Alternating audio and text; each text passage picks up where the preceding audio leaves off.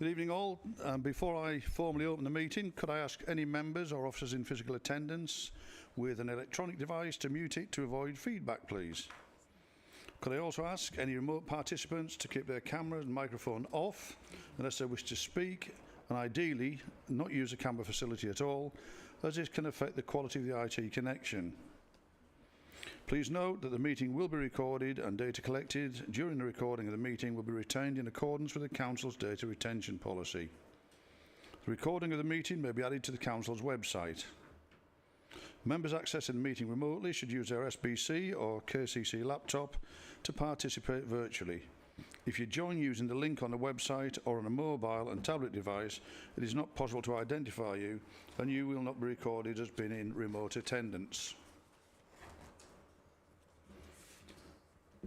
There's a whole plethora of people in attendance this evening, either remotely or in person.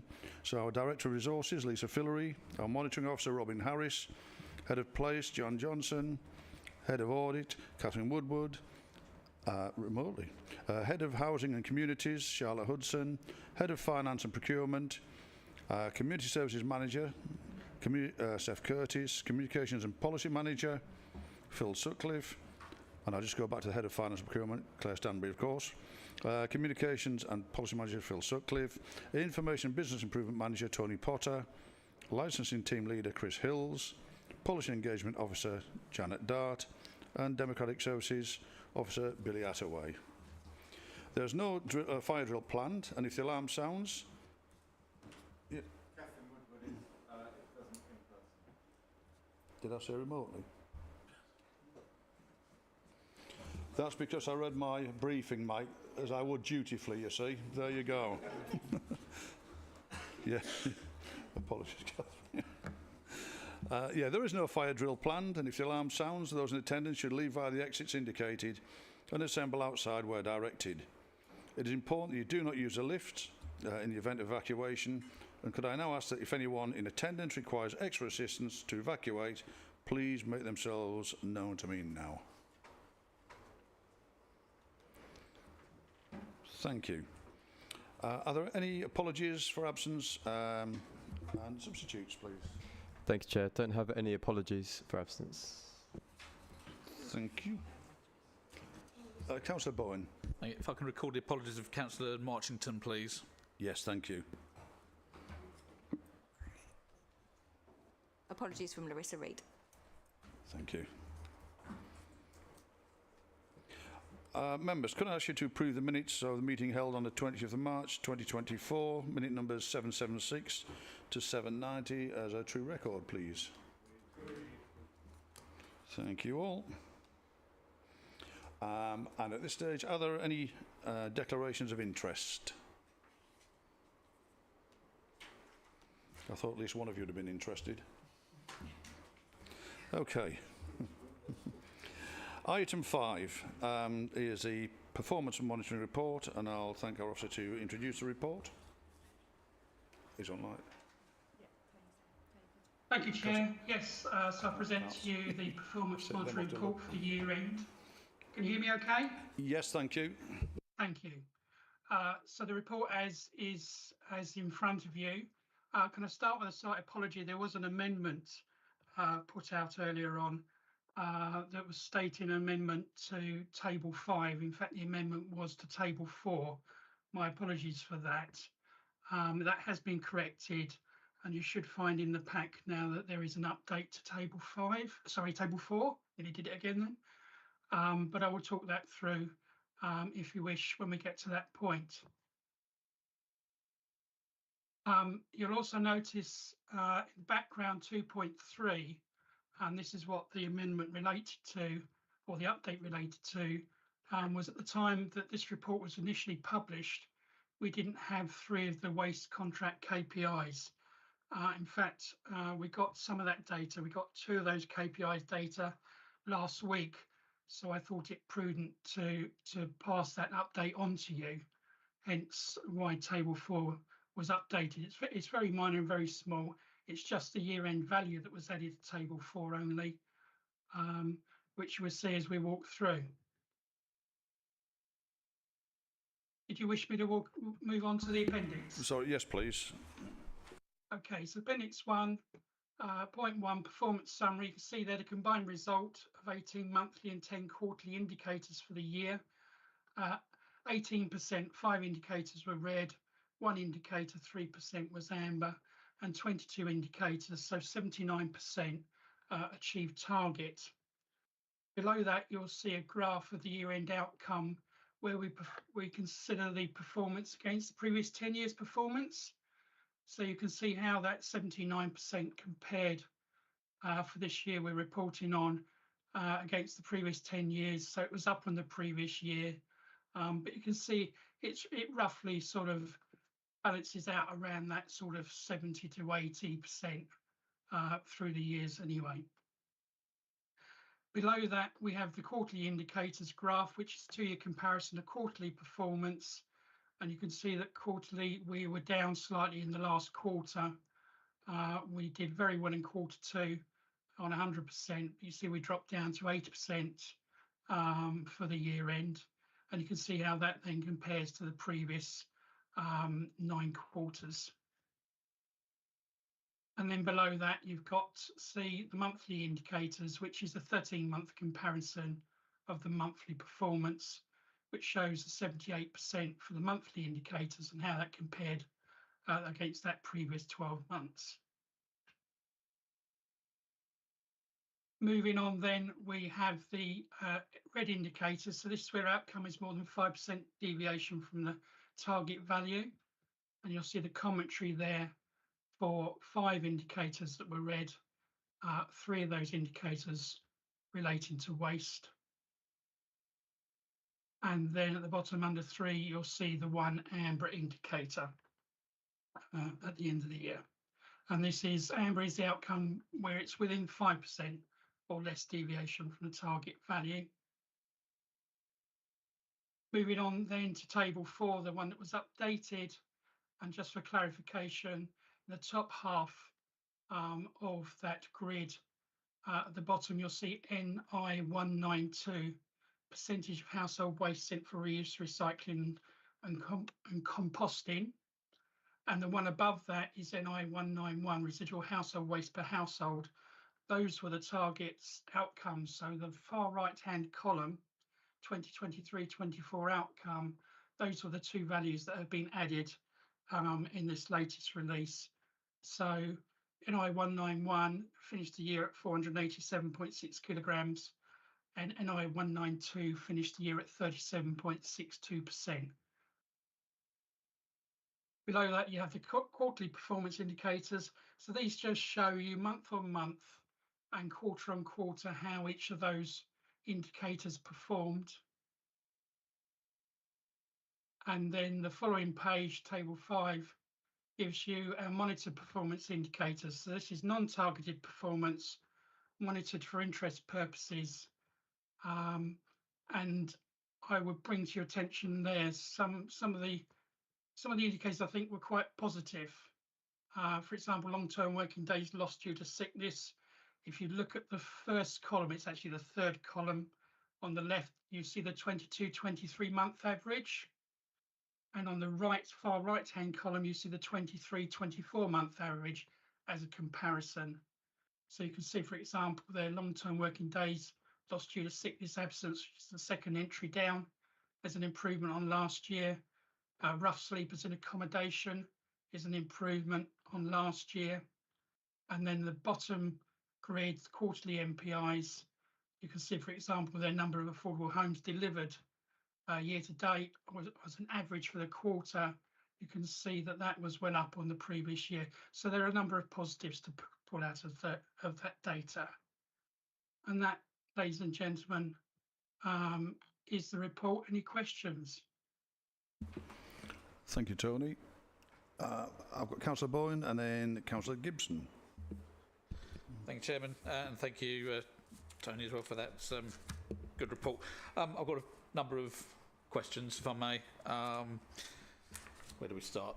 On the table 2, year-end red indicators, the planning enforcement complainant within 21 days, I'm slightly concerned. I'd like to have a better understanding about the period of technical issues with data capture that have now been resolved.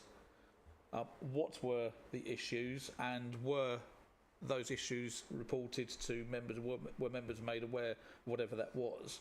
Because I know the potential implications of data mishaps can be incredibly extreme for organisations. So curious on that. On table 4, thank you for the updates, and maybe it's the way it was reported, but it looks like it's quite fortunate then on the residual household waste that figure changed back to 528 rather than the 483 that was reported originally, but that was up till February, otherwise we'd have missed that target. On table 5, compliments also about that, the sickness, I'm very pleased about that. I am still, actually I've jumped one on back to table 4. I'm very concerned, and it's not disappointing. It's certainly not anything to be happy about, that right the way through this, planning and enforcement is red, and that's not a political colour. It's not good reading. But they're my questions and comments for the time being. Thank you, Chair. Thank you. Tony, did you want to come back on those? Yes, please, Chair. Thank you. So just taking table 2, just trying to read back here, issues with the reinforcement data capture. So this was a technical issue in how the indicator was calculated, and the field that was actually being completed within the uniform system that officers use for updating this particular PI. There were officers who weren't completing this correctly, but also there was a technical issue where it was pulling in information from the wrong place, and this was pushed back a number of times, I admit, and I think we have to hold our hands up here. It just took us a long time to establish where this indicator was going wrong and why we weren't getting the right information. And as soon as everybody realised, A, what they should be completing correctly in uniform, and B, the correct field that should be being pulled out for the calculation of this KPI, then the information was corrected quite quickly. Unfortunately, it's not a retrospective thing. We couldn't go back and recalculate the indicator performance for the previous months, unfortunately, so it has remained red, I'm afraid. That was the response. Sorry, yes? Can I very quickly come back? Any idea how far back that area will go then? It only went back to it was a change in management. The previous manager left. Forgive me, his name's just dropped out of my head, but you will all be familiar with him. And he was very good at picking up on how to update uniform and make sure the right fields were implemented. And then we had a change of staff, and that's where the information got a little bit confusing. So it doesn't go back beyond this year that you are looking at here. In fact, that was the thing that this highlighted, was the fact that we'd had green performance for all of these indicators up to that point on most months, and then all of a sudden we went awry. Although noting there were, as you see, there were a number of green. As you read across that line, you'll see that there were 4 months where that indicator was green, and 1 month when it was amber. Okay, thank you. Do you want to come back? Thank you, Chair. Thank you for that response. That actually gives you even more concern that we have a process here that relies on one individual who then disappears, and for whatever reason, good, bad or indifferent, the system changes because of one. But that's not data management, that's personnel. That gives me real concerns there, Mr. Chairman. Thank you. Thank you. Councillor Gibson. Thank you, Chair. One technical data question and one slightly more political question, I suppose. In 1B, just kind of flagging a concern about perhaps the spread of how we define red, green and amber, in that it seems we've almost never used amber, and our items seem to be leaping from green into red and back again, which probably suggests that amber isn't working as a system if we're lurching wildly from working fine to very bad, and not any point in the middle where we might intervene. That would suggest that the RAG system is not operating very effectively on those metrics. So maybe just something to look at there. And in terms of my political point, given I am, as the I strongly implies, is informal, does it have any role as a formal consultative body being mentioned in our reports? I would suggest not. Thank you, Chair. Thank you. Tony, did you want to comment on the RAG system, which has served us well? The only comment I can make is that the various times we do have amber indicators. It does, I believe, serve us well. What you see within this grid in table 4 is the accumulated result for the year to date at the end of each of the months. And that obviously can not skew the results by any means at all, because we've chosen to show it this way. But as you can see, there are a number of A's within that table that show when performance is at an amber level. And whilst it may not be many, it still serves that purpose, because you can see, for example, I'll pick the abandoned vehicles. You can see for 4 months running there, that was at an amber status. So it's the A's and the amber colour that you're looking for in this grid. Does that answer your question? Not really. No, I'm not disputing the system of the RAG rating. I'm a firm believer and fan. Just that specifically in 1B, I can see it working in the monthly reports. As you can say, you can see progress where things have got better and worse, and that is clearly operational. But if we're making quarterly decisions based on the quarterly indicators, it clearly isn't providing us that level of data. So I'm not offering a solution, just that clearly is not helping as a metric in this instance. Thank you. Thank you. Noted, thank you. Sorry, Tony, did you want to? Oh, sorry, I just said noted, thank you. Okay, thank you. Councillor Baldock. Now I'm going to go back to the enforcement indicators as well. There was a period where we didn't have our own staff. We were relying on outside staff to run that body, that department. And it seems it was around that period that we had problems that were never resolved. Given that we'd had work done on enforcement, we had an enforcement strategy, I'm surprised this wasn't picked up earlier.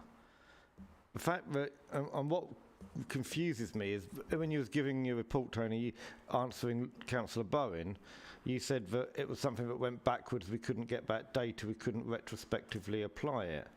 And yet, how do we know that in June and July we hit green if we couldn't retrospectively apply it? How do we know that it was working then? And if it was working then, why did it go downhill again for another 6 months? Because presumably we were aware, so I'd like some clarity on that, please.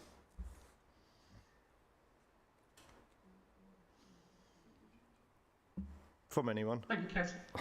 Thank you, Councillor. I'll take that question away and check it. Thank you. Oh. In that case, can I... Joanne?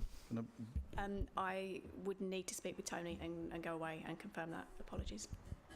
Okay, what I was going to say as well is informing complainant within 21 days, only 85.83%. But if we can show we're informing complainants within 22, 23, 24 days, that's a different picture. If we are saying that informing complainant within 40, 50 days, totally different picture. So it would be useful to have that indicator as well. That's what we've got for the speed of processing. We get, okay, there's loads of reds, but overall it's only 0.4 of a day. So I think we need that clarity. 10% is a lot. Thank you. Councillor Worcester. Thank you, Chair. I've got two quick questions. One is regarding Table 2, I think it was. Yep, Table 2. Complaints responded to within 10 working days. I just wanted a bit of clarity, because is this all complaints the council have received, or is this just, for instance, bin complaints, or is it the whole kit and caboodle with the council? Thank you. Tony, did you want to answer that one? Yes, it is all complaints. Lovely. So my issue is that when we've had something obviously like the bin contract, which has kind of skewed the data in this area, I think it may have been well worth looking at this early and kind of separating it out so that we could actually have a bit of a clearer picture as councillors as to exactly how the other part of that has got on separate to the bin complaints, because there may actually been some interest around how the other areas have fared rather than just lumping it all in one go. And the other question that I've got is in the lower table of table 5, I think it was. Yes, which is number of visits to council-owned or supported leisure centres. I know this is for interest, but I was wondering if there was any particular mileage in separating those out into the 3 main population areas of Faversham, Sittingbourne and Sheppey, because as a member, I would find that quite interesting to look at on a yearly basis of number of visitors either going up or going down to those particular leisure areas, if that makes sense. Thank you. Thank you. Lisa, did you want to? Yeah, so the year-end position for the complaints only contains an element of the new bin contract because of when it was introduced. So we'll take that away for moving forwards for when we start, because this is the year-end position for the new year's reporting. We can see whether we can do that, but because they're all processed by customer services, we might not be able to easily distinguish the different types of complaints for these reporting purposes, but certainly something we can look at. Thank you. Councillor Boyne. Thank you, Chairman. Just on that point, I welcome that. I think it'll be useful information, but just to be clear that does not replace the key performance indicator as it currently is. So the standard is what's there. It'll be useful to have that other background, but let's not use the bin fiasco to say there it's all right, when actually the KPI is the KPI. Please. Thank you.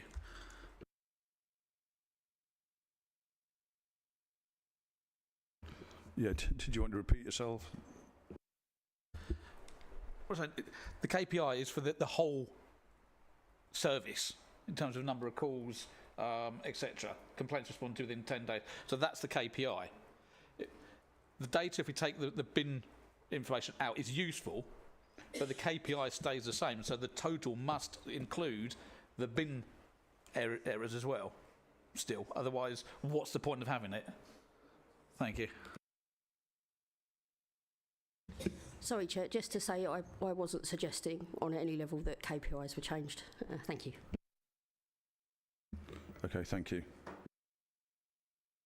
Right, members, could I have a proposal for the noting of that one? Councillor Baldock, thank you. Councillor Palmer, yeah, all in favour? Right, thank you very much. Duly noted. Right, we move on to the next item, which is the productivity plan. And I think that's in the hands of Lisa. Thank you. So this document has been prepared at the request of the previous government. We got a letter asking us to address some points that they had put together for the creation of a productivity plan. The document in front of you follows the format that we were shared, which I have attached as the appendix, and it's the response to the points raised from the Swale point of view.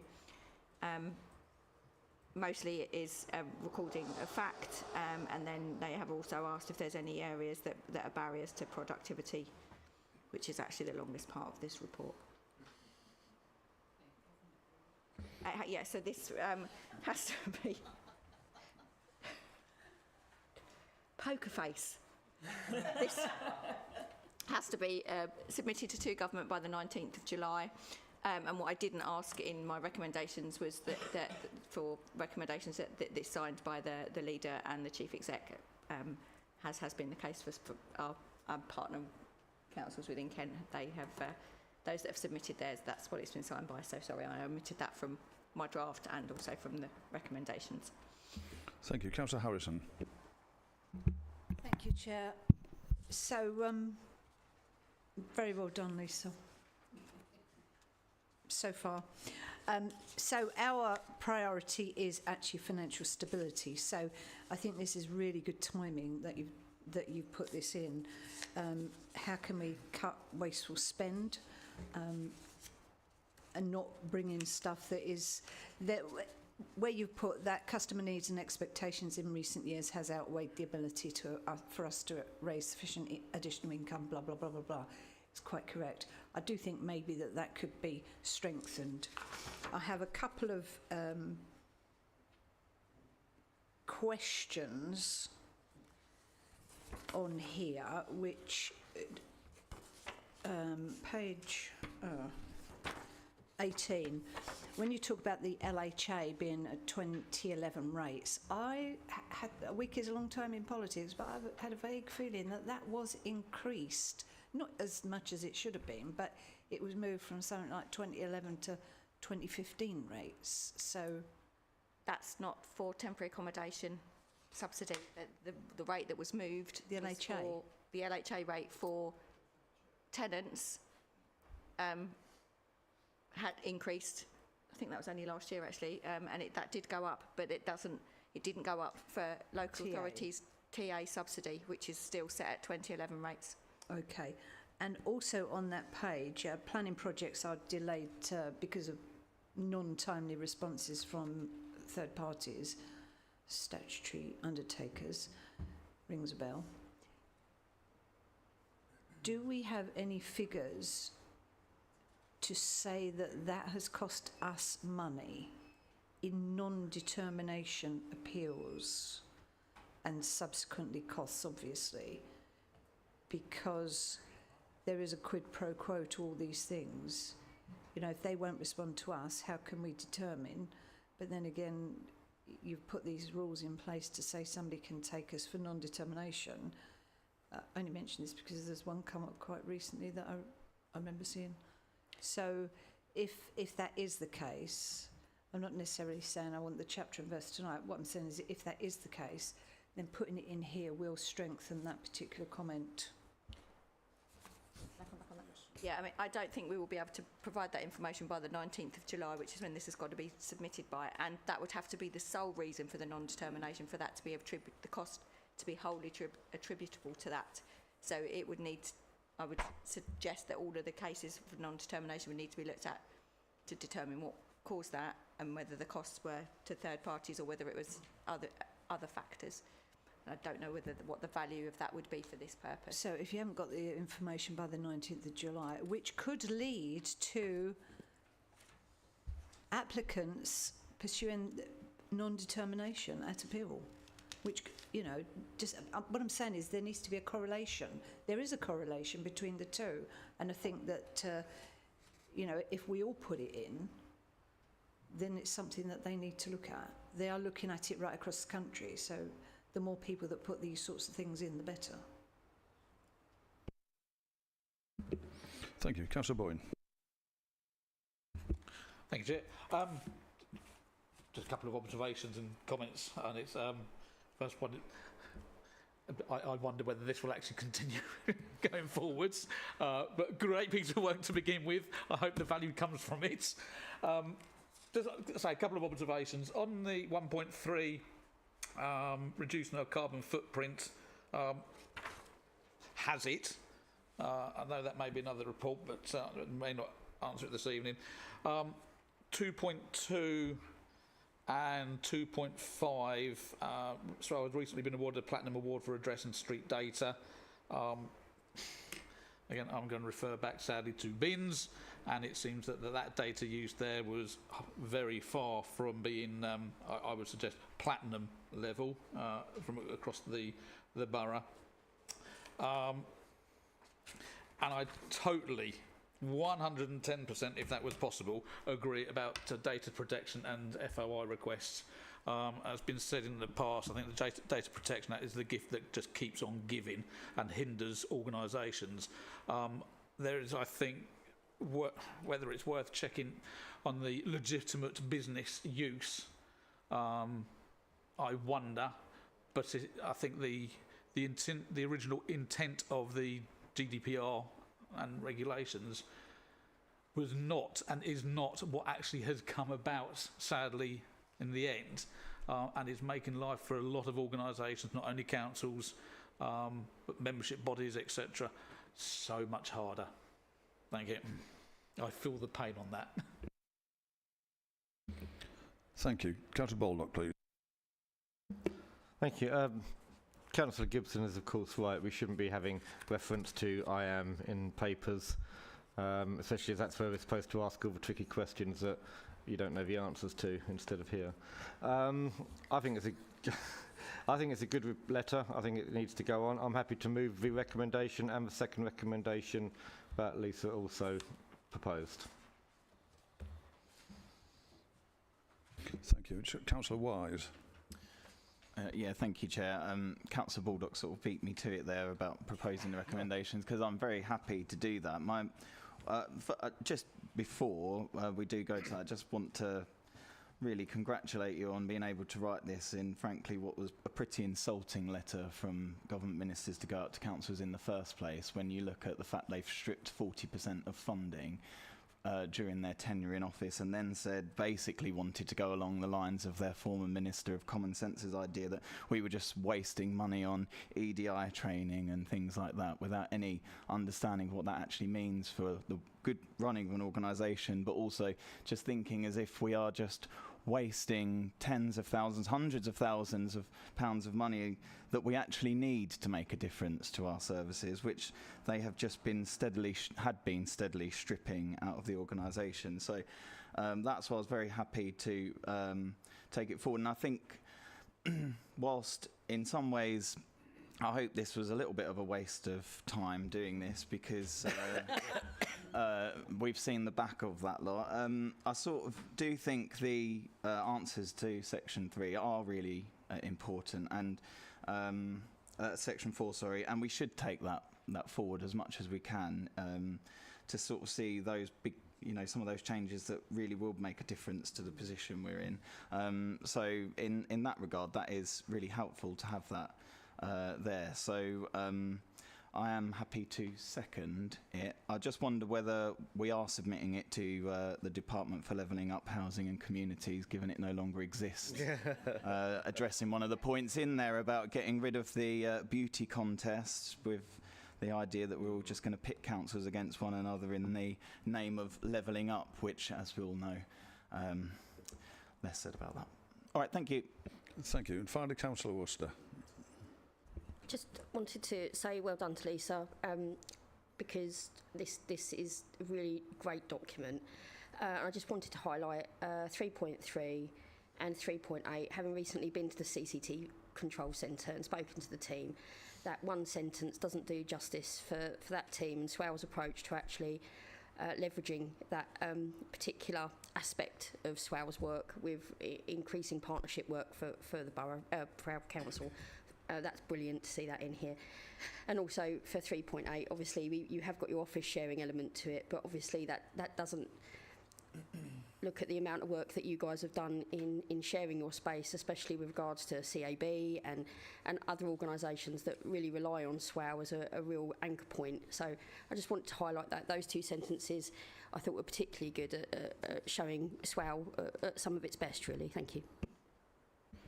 Thank you. So, members, those in favour? Oh, sorry, Councillor Gibson. Thank you, Chair. I am in favour, for the record. I think it's an excellent report. Just two very quick comments. On 1.4, it reads slightly oddly, saying that we have centralised our Revs and Ben service and that AI is going to revolutionise this. I'm not totally clear what the AI application on Revs and Bens is, and I suspect that's it's slightly better in the statement on digital transformation where it actually features. So I might just cross that bit out because it reads slightly oddly about AI in that particular context. And then I have to strongly disagree with Councillor Bowen about FOI. If most of our requests under FOI are from journalists and researchers, I think that is entirely the spirit in which the legislation was intended, and we should be firmly in favour of that going forward. Thank you. Well, that's not what it is. Thank you. So those in favour? Are you seconding it? No, Ashley is. Okay, that's unanimous. Thank you, members. Move on to agenda item 7, which is the update on the risk register. And I'd like our officer to introduce the report. Thank you, Chair. So I'm, for those of you who haven't met me yet, I'm Catherine Woodward, Head of Internal Audit Partnership. Agenda item 7 is a corporate risk management update. So members of this committee are responsible for the oversight and challenge of how the Council's key risks are managed.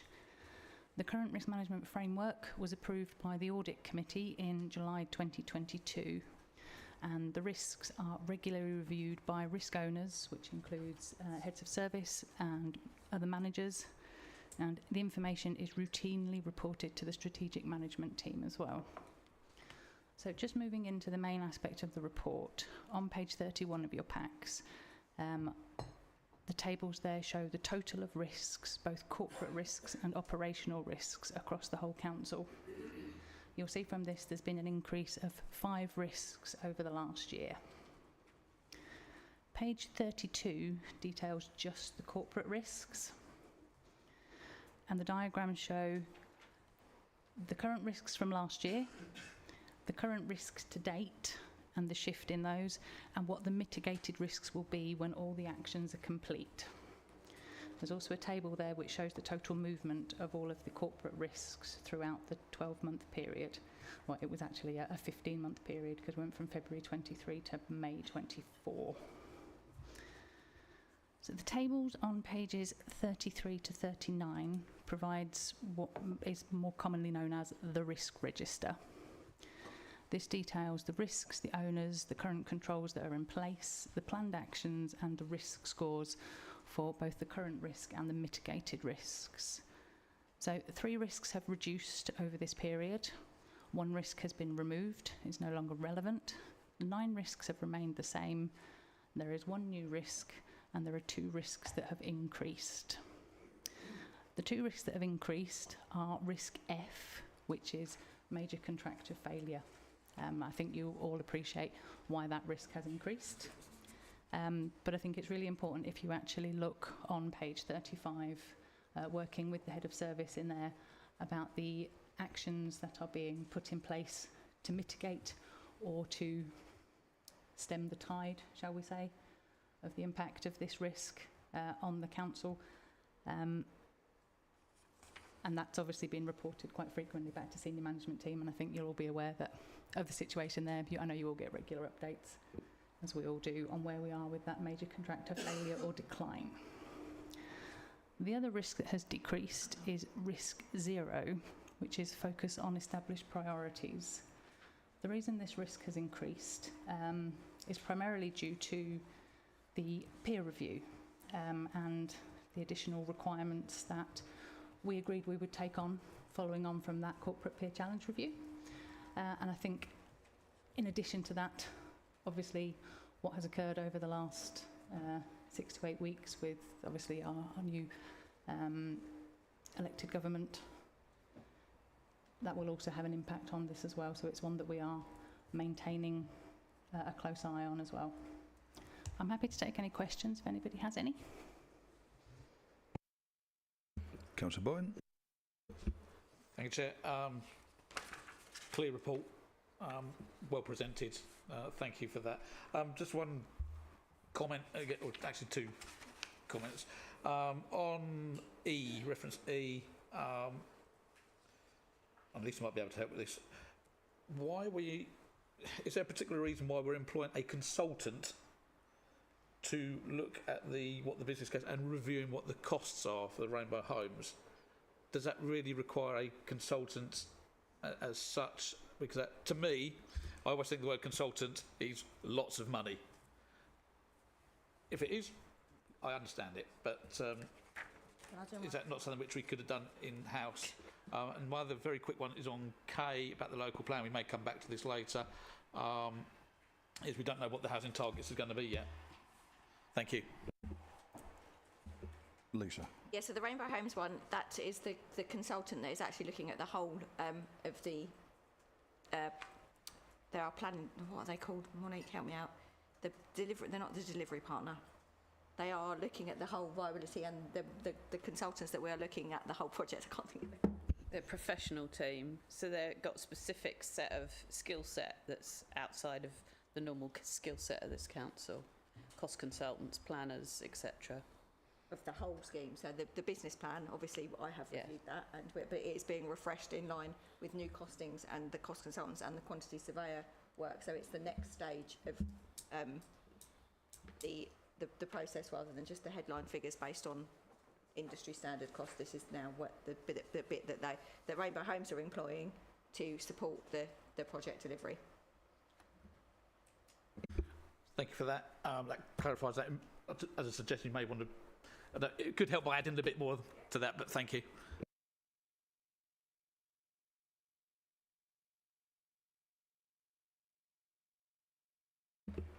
Councillor Hunt. Thank you. And the document itself, I think it's all clear, but I've just got a question on when this reporting happens, because it says in the report that we get this every 6 months. This seems to be an update from the previous year, and obviously an annual document.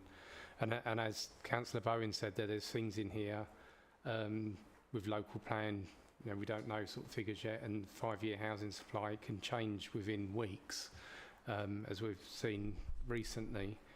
And it says clarity around legislation, we got that and we've moved forward. So do we expect that these sort of things were going to be updated really in the next 6 months and by the end of the year? Yes, definitely. Great. So we've had some resource issues within our team. So generally you should expect to see these reports in March and October. Perfect. So the next one should be October, hopefully, and it's all excellent. Thank you. Thank you. Councillor Harrison, please. And I vaguely remember we get these at Audit Committee, which is available to everyone to look at. I'm right, and I didn't Annually, yeah, at Audit Committee. Good. Now, on page 33, you have said that uncertain government grants from 25/6 increase the gap over the term of the MTFP, and so savings will still need to be made to ensure a balanced budget over the term of the MTFP. So have we currently got the 3-year in reserves, enough money for the 3 years? The medium-term financial plan at the moment does rely on reserves balancing the gap for the lost grant. So if you recall, the reporting was split between the uncertain grants and then the underlying budget gap, excluding those loss of grants.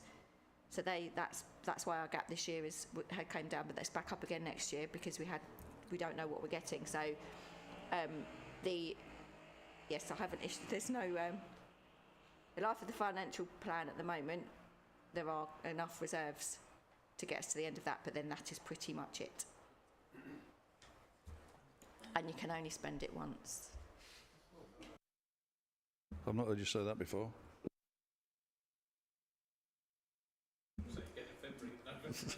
Thank you. Councillor Baldock, please. Happy to move a recommendation, Chair. Thank you. Could I have a seconder? Councillor Gibson, thank you. Those in favour? Unanimous. Thank you very much indeed. We now move on to agenda item 8, which is a Funding for Good Cause lottery. And I'll thank our officer sitting right at the end to introduce it for us. Good evening, everyone. Local authorities are able to establish good causes community lotteries, and within Swale, this scheme was agreed to be taken forward by the Community and Leisures Committee as part of the support that we provide to voluntary and community sector groups. Currently, the council does provide financial support to some of these groups, but with the budget pressures making this increasingly difficult, this scheme is able to extend our support in a different manner. and it's also a project that's included within the corporate plan. The Good Causes Lottery would be managed by an external lottery manager with internal support from sort of one of my teams, the Community and Partnership team. Once the lottery is established, it will become self-financing through ticket sales, and the administration will be met through existing officer resources. However, there is a funding requirement for the setup of the lottery, which can't be met within existing resources and falls outside the existing budgetary framework. Therefore, this report is asking the committee to agree to fund the Good Causes Community Lottery from general reserves. Thank you. Thank you. Councillor Bowen. Thank you, Chairman. My opinion on this personally hasn't changed from when we looked at it several months ago. But my only one question is on point 4.1, alternative options.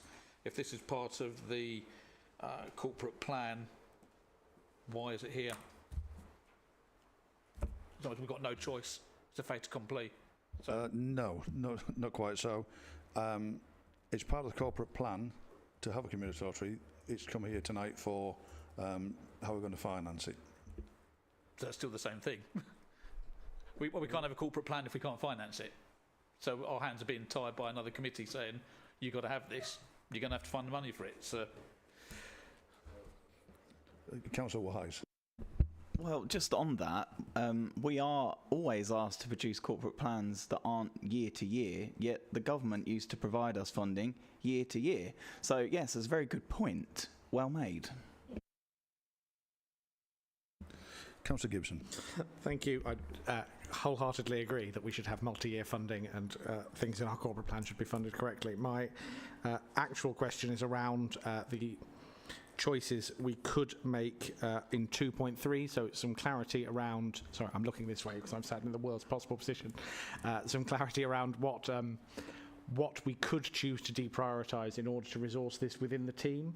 And then my kind of second broader question is, what's the, have we done some studies or looking into what the impact would be across the different areas of the borough, because in Faversham and our surrounding villages we already have a very successful community lottery that is very well supported by a number of local charities, so it seems to me reasonably unlikely that Faversham charities would buy into this scheme now, given that one is already making the money and has been for 2 years, and so the benefit to my residents and their neighbours is pretty limited from this buy-in. So I'm just asking what was the cheaper option and what do we not get if we do that?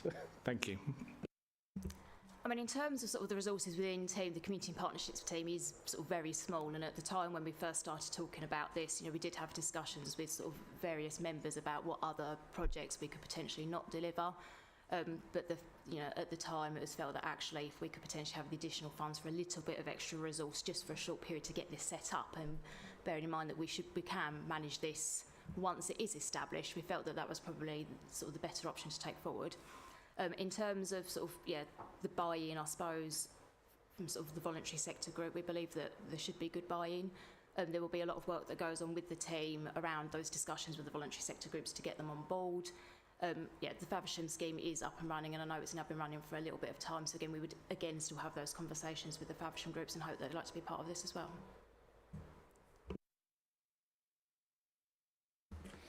Okay, thank you. Councillor Larson. Thank you, Chair. I just want clarification, really. In the paperwork, it states that an estimated cost of 10,800. Is that a one-off cost, or will there be rolling costs after that? Yep, that would be a one-off cost. It's hoped that the ticket sales from the scheme, once it is established, will cover sort of the ongoing costs, and it's something that we can manage resource-wise internally once it's set up. That £10,000 is partly for sort of the first year's setting up of the external lottery manager, and then the officer resource time to put into the setting up. So yeah, it should just be a one-off cost.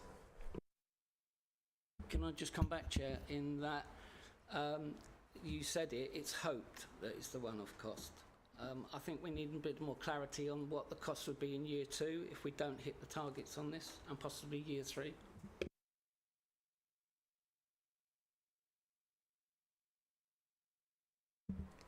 I mean, it does come down to ticket sales. We are confident that we will get the ticket sales that we need to, and that will cover the costs that are required. Obviously, we would keep that under sort of a watching brief as the project develops. And if at any point we felt that that wasn't the case, we would, of course, bring it back for discussion. Councillor Hunt, please. Thank you. I've got the same views on the whole lottery as I did last time, and I'm not so sure about it. But also, what we've got coming back is that the reason we're being asked to do this is because some money has suddenly become available on the underspends at the year end with the community service. So it's quickly, there's a little bit of money there, let's grab it and do this that we didn't get through last time. And I would just need to know a bit more about what, and it's good that there's been, obviously within the service, a community underspend, but what are all the other projects that officers have got in that team that actually that money could be being used for? This is one option that it could be, but is there other things that are in that service that officers are really needing money and funding to do things that they can't? And that needs to be considered. It's not in this report, so I think that does have to be looked at, because there could be better things that are going to help residents rather than a lottery. So Councillor Baldock can laugh about it, but it needs to be looked at. Point of information, Chair, as I was named, obviously that that same comment could be alleged against every single expenditure this council does. Or we need to look at everything else it could be spent on, and that way you'd never get anything done. That's why the administration has made a decision that we think this is a advisable way forward. That's because we're the administration and we're aware of what else is going on. Thank you. Councillor Palmer. Thank you, Chair. Just to point out, there's over 150 councils who run this similar scheme up and down the country from many sort of political shades. And I believe the one in Faversham is run by Faversham Town Council. So I think they've already proved a success, and I think it would be very remiss not to spend the money to guarantee future years. Because every time it comes to a budget, we're always saying, can we give extra to this? Can we give extra to that? Well, let's try another way. No one can guarantee success for anything, but if you didn't try, you would never know. And I think we could have done this 6 months previously, but it was decided not to. I feel it's a fantastic way to go. It's a good opportunity, and it's a good opportunity for a lot of smaller organisations to come in on the back of this and to raise money themselves for their own niche area where they would never get that, whether it's the local group looking after something, a friends association, a friends group. There's lots that can tie into it and to get support that they would probably never get from a parish, a borough council or the local council or even the lottery funding. But where it's a few £100 to them, that's a goldmine to them. And I think if we don't go for this tonight, we are letting down a lot of people in the community. It's been running for years. There is a lot of people last time said about, oh dear me, it's gambling. The lotteries that have a problem are the large instant win ones. These have safeguard measures in to detect any problems, and they don't offer instant win gratification type awards. So for that side of things, there's no issue there whatsoever. I think you'll find that this will be a benefit for the community, and in a few years' time you'll be saying, it was great because I voted this through and it was something that we was able to launch for the community. Thank you. Thank you. I've got Councillor Lehman online. Thank you, Chair. I just wanted to respond to a couple of points made. Councillor Gibson made the valid point that Faversham Town Council already has a community lottery, and therefore this could potentially be of little benefit to the Faversham area. And I kind of agree to that with that to some extent, but it's also the case that there are the majority of the good causes signed up to that one are based in Faversham, and there are a number of Swale-wide organisations who operate in Faversham who aren't signed up to that, who could potentially sign up to this one, and that would benefit the people of Faversham. And I'm not sure if I misheard it or not, but Councillor Bowen said that it sounded like the implication was that this was something that had been agreed by another committee and we were having to go along with it, but the corporate plan that this is in was agreed by this committee, and therefore it's not something that's a kind of a fait accompli as a result of a decision from the community committee. Thank you. Thank you. We've got Councillor Gibson and Councillor Harrison and Councillor Baldock. Thank you, Chair. Just a point of clarification and perhaps information for some of our local charities following the question about ongoing fees. The Faversham Town Council scheme, we continue to pay the fees year after year, so none of the ticket fees are taken out. So our charities take all of the winnings rather than the running costs being absorbed year after year. So that is a potential difference, though I completely agree with Councillor Lehman. Of course, Swale-wide charities benefit residents in Faversham as well. So they would be very welcome to join this scheme if they wanted to give some of their winnings to the running of it rather than our cheaper scheme. I shall leave that there. Thank you, Chair. Thank you. Councillor Harrison. Thank you, Chair. I do not support gambling, and that's what this is. That's just my statement. There are a number of councils up and down the country who run a lottery and have done for a number of years. There are also a number of councils up and down the country who've been running a lottery for a number of years who are still subsidising them because they're just not viable, but people don't want to give in and say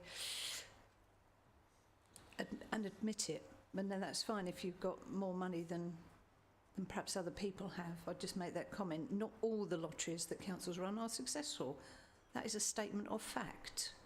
The second point is the underspend is a bit of a misnomer, Chair, because instead of taking 2 million out of reserves to balance the budget, we only took 1.2 million out. The rest goes in the budget to support balancing the budget in the current year and the next 2 years. So it's not, oh gosh, we've got 800 grand's worth of bunts. That is not the case. There is no, oh gosh, you know, there's lots of extra money there. There is no extra money there.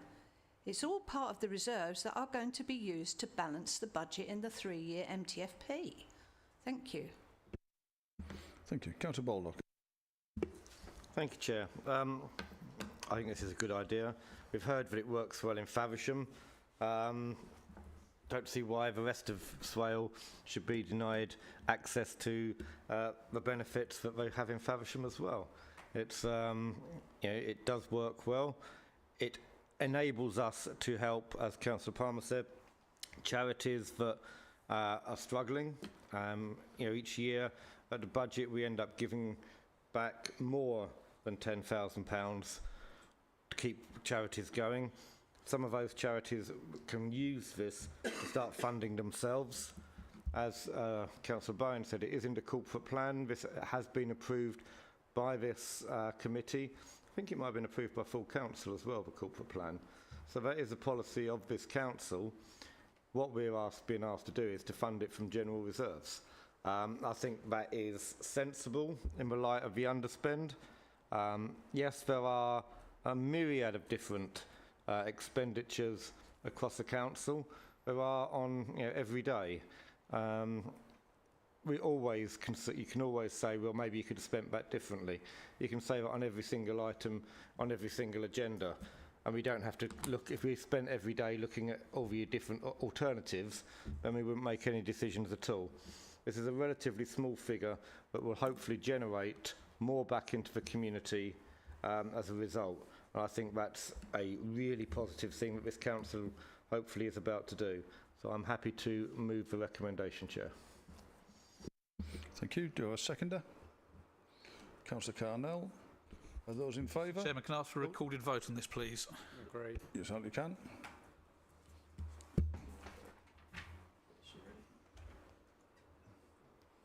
Yeah, just certainly trot through it, sir.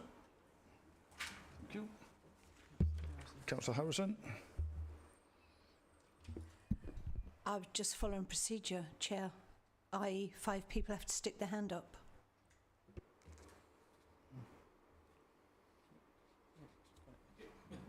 Good. Okay. Councillor Baldock. For. Councillor Bonney. For. Councillor Bowen. Against. Councillor Carnell. For. Councillor Charles Gibson. For. Councillor Tim Gibson. For. Councillor Harrison. Councillor James Hunt. Against. Councillor Mark Last. Councillor Lemon, you're remote, so you can't vote.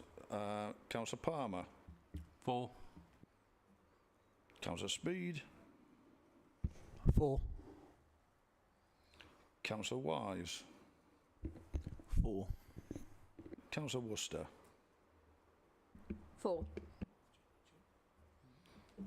Thank you. So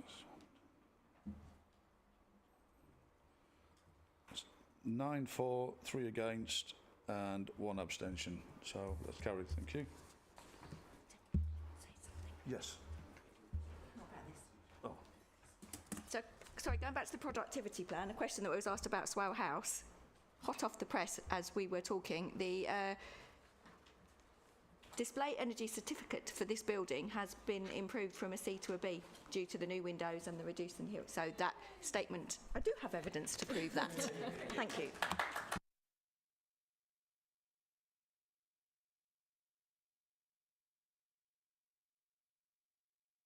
Okay, so we move on to item 9, which is reviews a statement of licensing policy for sex establishments and sexual entertainment venues. And this is in a couple of hands of... Oh, Schuster, well done.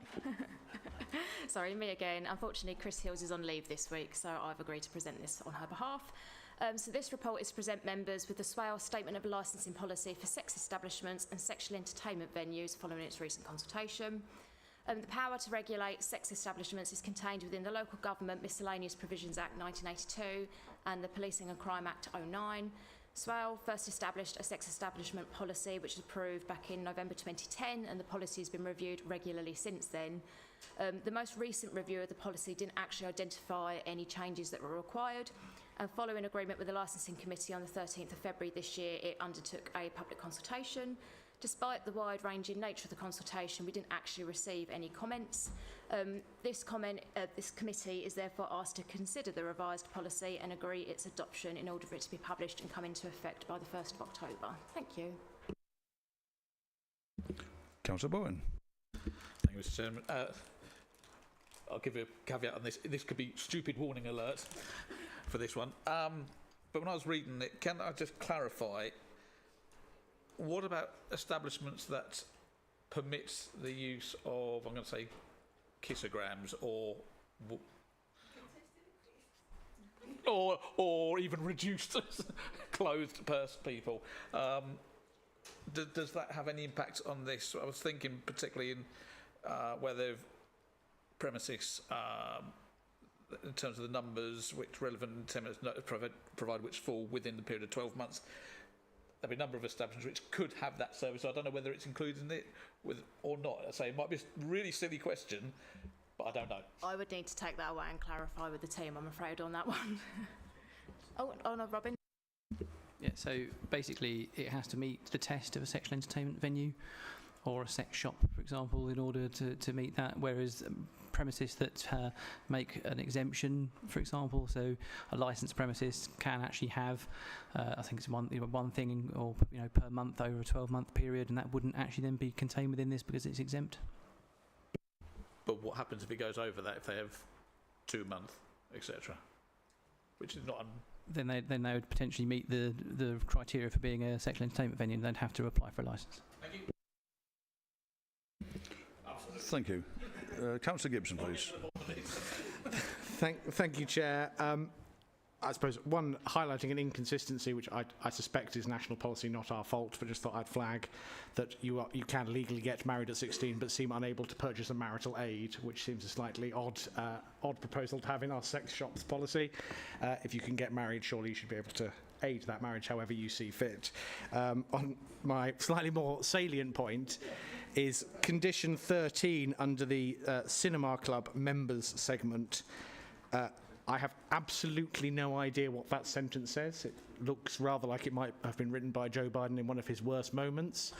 And I truly do not know whether members of no sex who are under 18 or are over 18 are eligible to be members, but I have no idea who's eligible to be a member or not, and I think we should probably make that sentence clearer. I assume the intent is adults of either gender, and we should probably say any gender rather than either. sex. We should probably say any gender or sex. We should probably say that rather than both or mixture. But I think there's probably some rewording required on that one. But other than that, happy to move. Thank you. Thank you. Councillor Baldock. Yeah, I agree. Condition 13, I was like, I'm not actually that in favour of having to treat sex establishments differently or with special requirements, although we do get more money, and that is starting to weigh on me a little bit more now. There's also, it's quite a wide definition of some of these terms of items that may or may not be used to, what was it? Purpose of stimulating or encouraging sexual activity. Quite a lot of things can be used for that, so I don't really know how you're going to define it. Can we have a list? Well, yeah, it's a pretty long list. I mean, there's even statues of a sexual fetish for some. But I'm happy to move the recommendation. No, you can't. Councillor Palmer, please. Point of clarification, the minimum age for getting married in the United Kingdom is 18. The law changed in February 2023. Yeah. Thank you. Thank you. Councillor Worcester, please. I'd like a bit of clarification. I don't know everything I probably should know about licensing, but when I was reading through the crime and disorder considerations attached to it, I was a bit concerned not to see consideration given to this sort of industry, thinking about trafficking or, for instance, violence against women and girls. I know it doesn't, come into everything, but I'd like to think that SWAL stands for doing everything we possibly can. So hopefully somebody will tell me that there's specific reasons why those areas haven't been mentioned there. Thank you.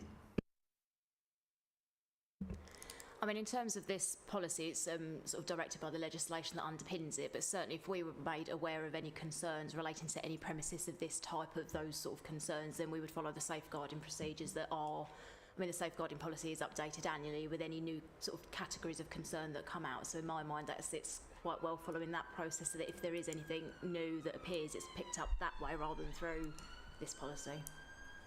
Thank you for that reassurance. Thank you. So can I have a proposer for... Oh, Councillor Carnell, thank you.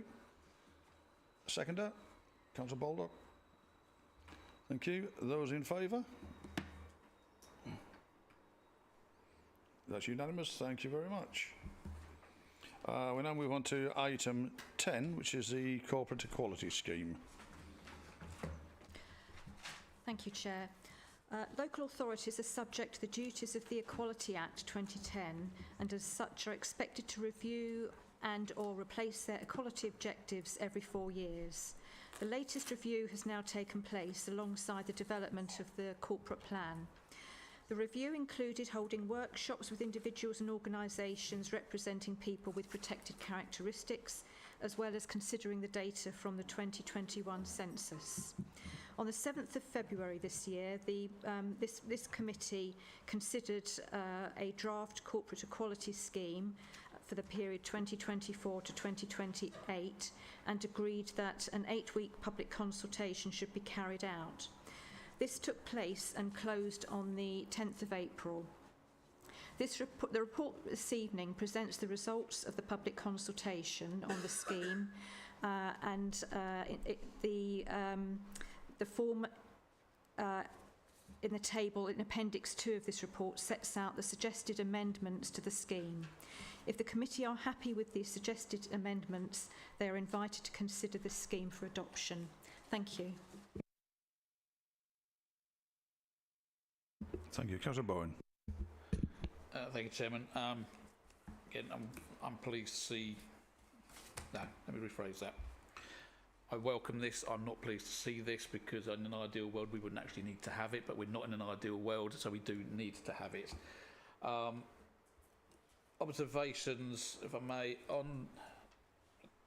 You can take this on entirely up to you. On Objective 1 about supporting integration, Only comment on that was, is there a way which we can help train and educate people within this council, both internally but also externally? What influence can we have in terms of trying to embed this message and these messages out in the wider community under our leadership role?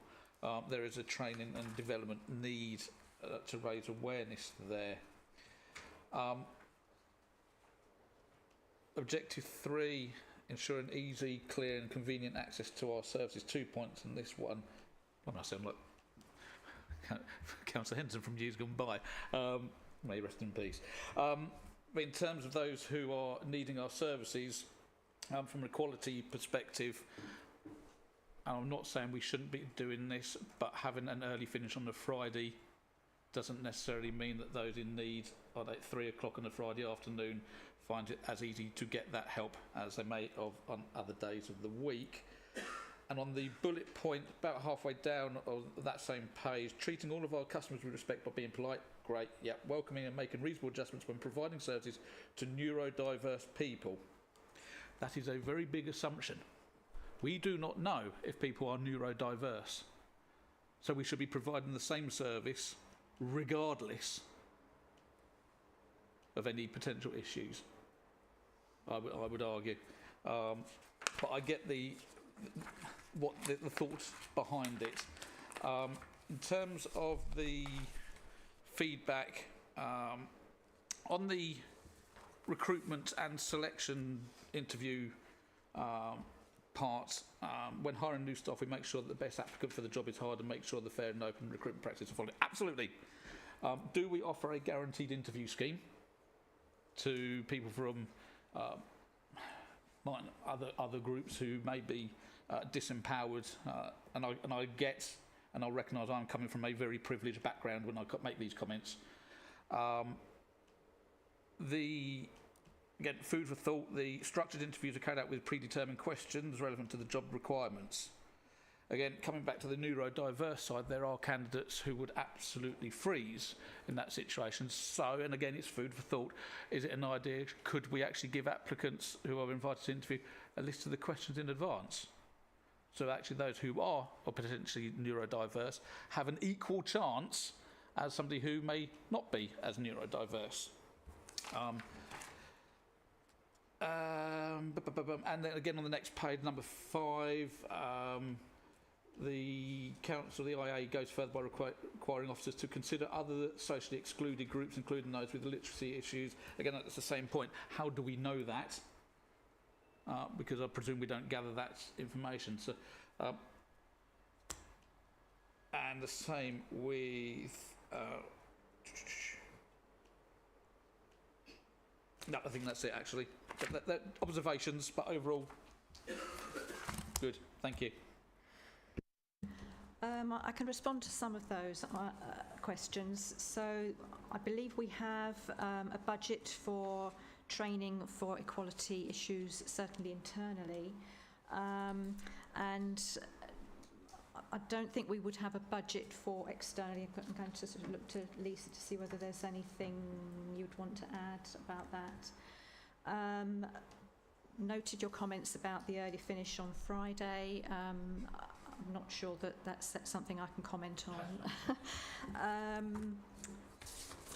I was going to ask Robin's view on the comments on hiring staff, the guaranteed interview scheme, and providing questions in advance. I think I'm going to slope shoulders and say that's something I'd like HR to respond to. But yes, I think I've noted all of your comments. Thank you. Thank you. Councillor Harrison, please. Thank you, Chair. It's not one size fits all. I think that what we as an organisation and our employees should be focused on is what do we want to get? What's the best way to get it? When we did the waste survey in it was delayed because of COVID, 22, 21, I'll say 21 because nobody will argue with me.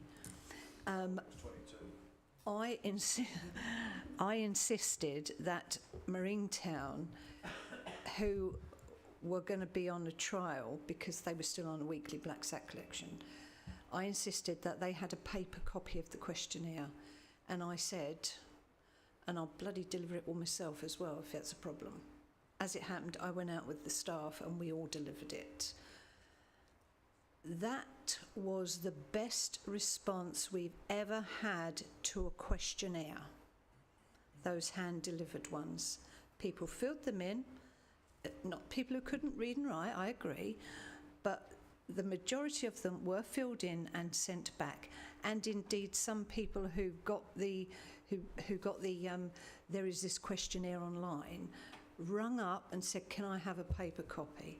As I say, the best response we've ever had to a consultation was those paper questionnaires coming back. So it is horses for courses, and it is, of course, that local members know their area best. We also, some years ago, when I was on the housing board, if we wanted to know residents' views on things, we went and knocked on their door. The volunteers, you know, the tenant reps, we used to go around and knock on the doors and say, you know, your landlord wants to know X, Y, Z. Got a good response, as opposed to pushing something online, even shoving something through the door sometimes. But they determined that in certain areas of their tenants would, if they wanted a good response, they had to go and ask them. So that's what I say, it's really got to be horses for courses. And no, there's no one size fits all. If you want an answer, I was going to say if you want the right answer, but if you want a decent answer, then you've got to find the right way of getting it. Thanks. Thank you. Councillor Baldock. Yeah, thank you, Chairman. I think, as Councillor Harrison's just said, this was taken during COVID, but I have trouble believing that the Gypsy Irish traveller population of Swale is 0.6%. I think it is significantly higher. Maybe there was a problem getting forms out, but if we don't recognise the proportion in the community, then we're not taking the right steps to engage with them, and maybe that's why it is already low, because I think 0.6 is unrealistic. I'd also echo what was said earlier. People with neurodiverse issues, if you want to call them issues, are not often going to consider themselves disabled, and there is a serious lack of understanding regarding, bad choice of word, but the diverse range of conditions that are described as neurodiverse, and this doesn't really reflect that at all. And I don't know how you do. I don't know how you do if you're going to rely on census data. But as far as it goes, it notes things. But yeah, there's a lot to be done. I think this council has a lot to do on some of those issues. Thank you. Councillor Worcester, please. Thanks, Chair. I wanted to ask a more general question. It's great that we've got this document, that's fantastic. How are we going about making sure that, for instance, if we're taking on partner organisations or organisations that provide services in the council's name, we also encourage those values to be seen in those organisations as well, especially if they're working on our behalf with our residents? Thank you. Lisa? I can do the second bit. I think if it's stipulated in our procurement exercises, we make sure that that's part of the procurement exercise. If that's what we want to be able to demonstrate as part of a contract that is let, then that will be part of the tender process and the criteria for selection. Thank you. Councillor Gibson, please. Thank you, Chair. Just really to echo, I think, a version of Councillor Baldock's point that this is a very clear document, it's very helpful, lots of useful data. I suppose one additional clarification, I wonder if within our section on the council and councillors and council staffs, in council staff we give a little bit of detail about seniority and recognising that difference between the overall gender balance and the disparity that exists at the top rather than wider. And I wonder if we might reflect that in the body of the councillors as well, recognising we are a relatively, though not diverse enough, full chamber. I would venture our chairs of committees are rather less diverse than the chamber as a whole, and perhaps that might be something for us to reflect upon as groups. And the wider point for consideration is this document does, as Councillor Bullock said, nothing really around intersectionality, particularly in my ward when I deal with the Citizens Advice team and other charities doing outreach. The challenge is overlapping minority status. So it is not that 20% of Abbey Ward residents are disabled. It is that those 20% who are disabled are almost exclusively women, are often ethnic minorities, are often in the lowest socio-economic brackets, and are suffering a range of discriminatory challenges against them, not one issue alone. And so we should have a look at how we could perhaps reflect those challenges more widely, rather than trying to put people in lots of separate buckets when actually their lived experiences is one very difficult bucket rather than lots of slightly difficult buckets. Thank you. Thank you. Councillor Bonney. Yeah. Just to round this off, hopefully is the last I don't really like it when we start talking about different groups and the whole equality forms that drive me crackers you've heard me talk about before, whether you tick it, whether you're quarter one or whatever the colour of his skin is, doesn't have any reflection of what's going on inside your head, and whether you're neurodiverse. If we treat everyone equally, then we don't need all this. And that should be the premise, is everyone is treated the same and equally. And it doesn't matter whether you have a disability or not, is that the service should be accessible to all. Thank you. Yeah, thank you. Right, I don't see anybody else indicating, members. So those in favour of adopting, could I have a proposer? Sorry, proposer first. Councillor Gibson, thank you. Seconder, Councillor Bowen. Those in favour? That's unanimous. Thank you very much indeed. Thanks, Janet. Okay, we move on to item 11, which is the financial outturn 23-24. And I think it's your hands, Claire. Thank you, Chair. So this is the report showing the final outturn position for the last financial year, 23-24. As Councillor Harrison has already mentioned, the budget for the year included a take from reserves of £2 million, but the final position actually saw the take from reserves being 1.2 million to produce an overall balanced position. The main variances are detailed in the report on page 123.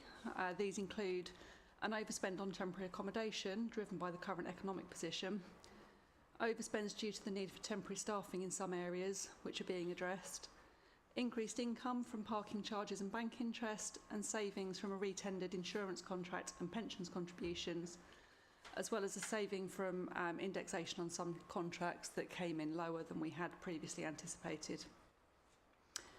Where savings or increased levels of income are considered to be ongoing, these have been factored into the budget for 24-25. During the year, there were reserve movements to further rationalise the reserves held and to smooth the impact of future costs and accounting changes, as detailed in the report. And at the end of the year, the balance held in all earmarked reserves was 16.4 million, with a further £500,000 held in reserves that relate to timing differences in transactions. Within that total is the General Fund, which had a balance of £3 million, and again, as previously stated, that can be used over the life of the MTFP. And lastly, capital expenditure in the year amounted to just over £11 million, with 21.4 million slipping into future financial years. Of the capital slippage, 4.6 million relates to the rolling programme of disabled facilities grants.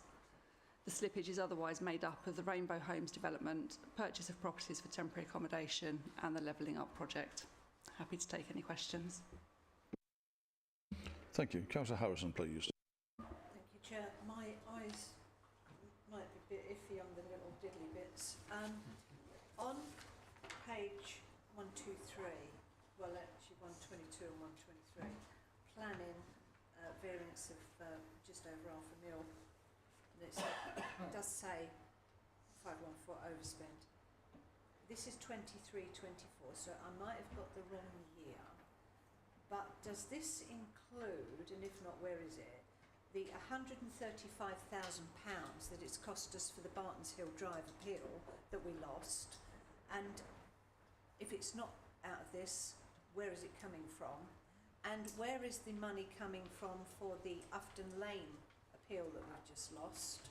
And any other appeals? Because I can't see a little tin box which says losing planning appeals. And if it's coming out of the reserves that we are keeping from the MTF to prop up the MTFP, then as I said earlier, you can only spend it once.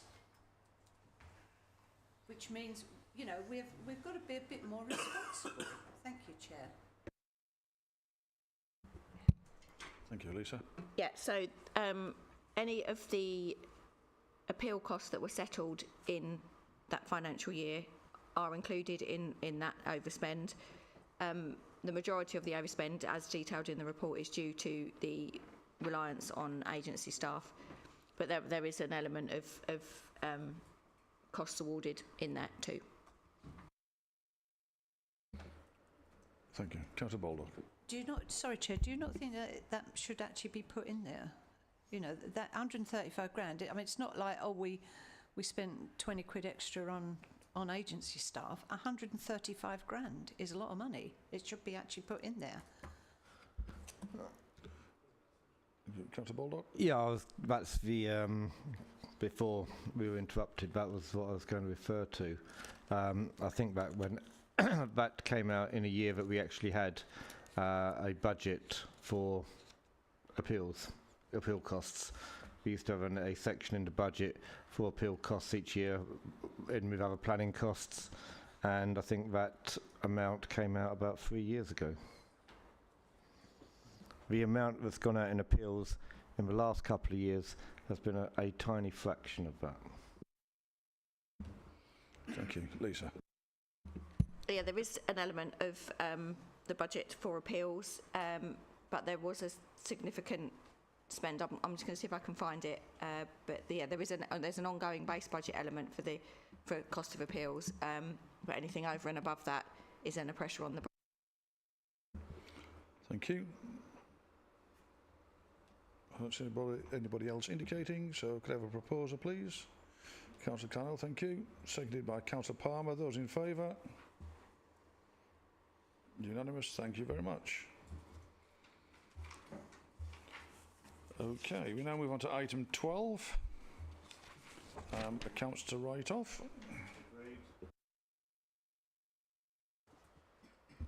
Thank you.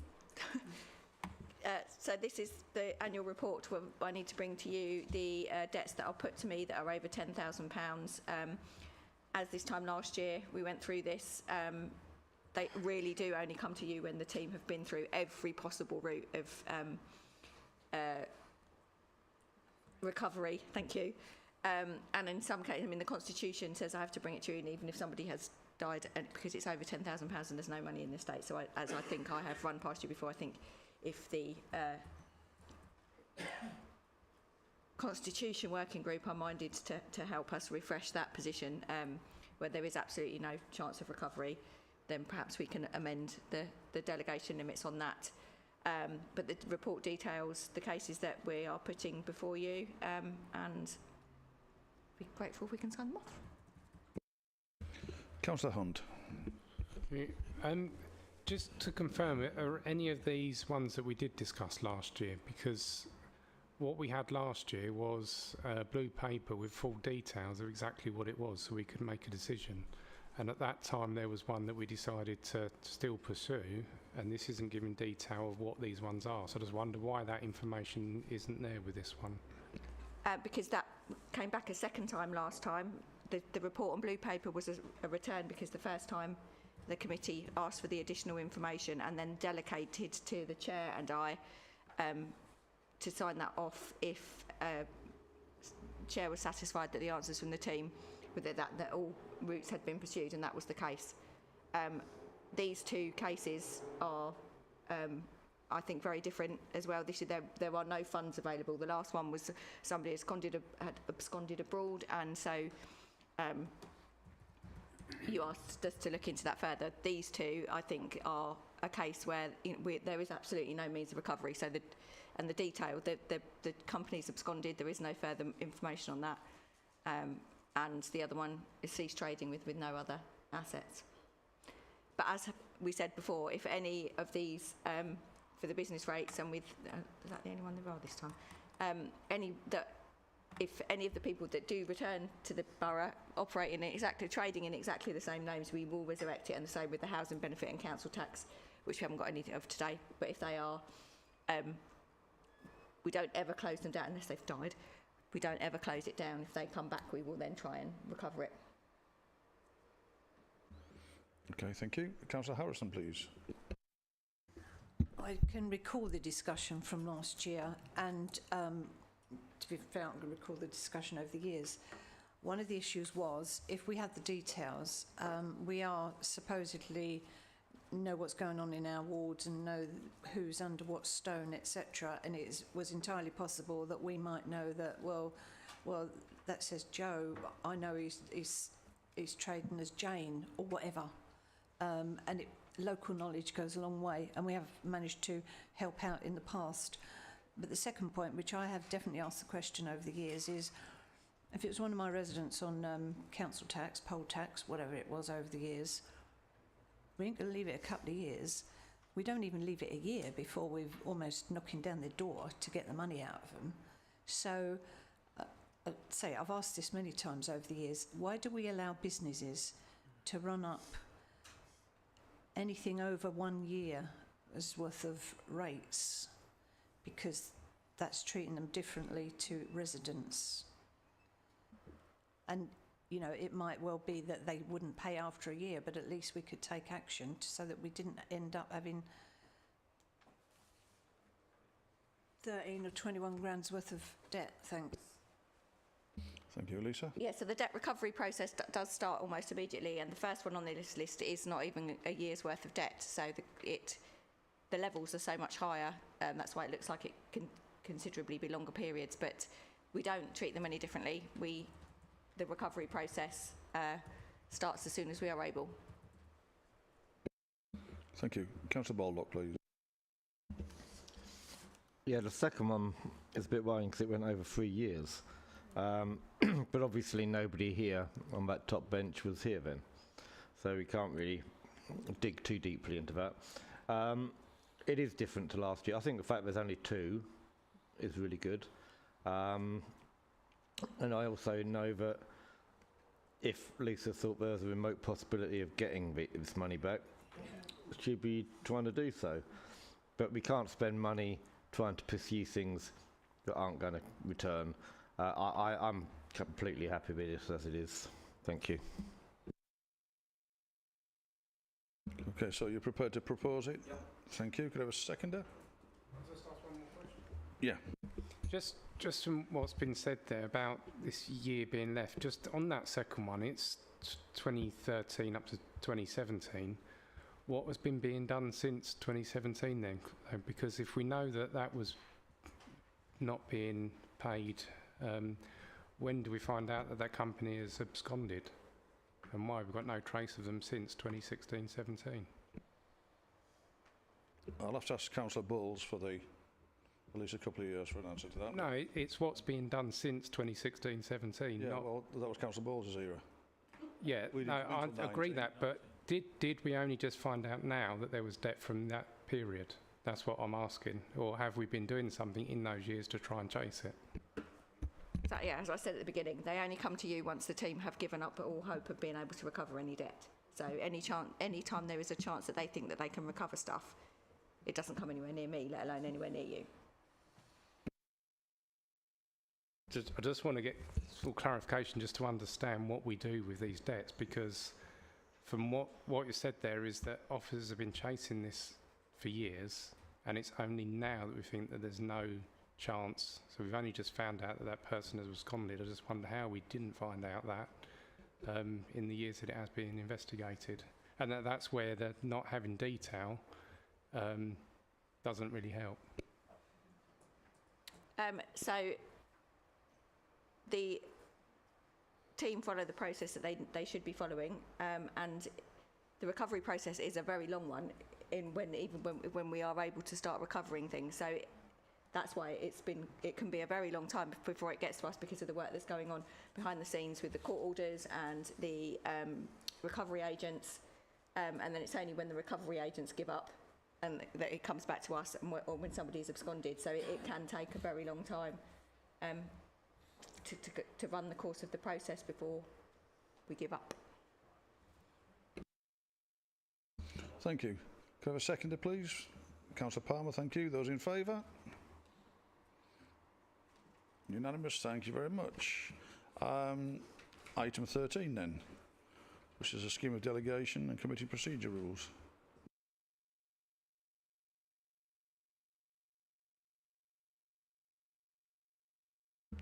Oh, I thought Robin would want to introduce it. I was just going to get my hand up to be first to respond, that's all. Okay, thank you very much, Chair.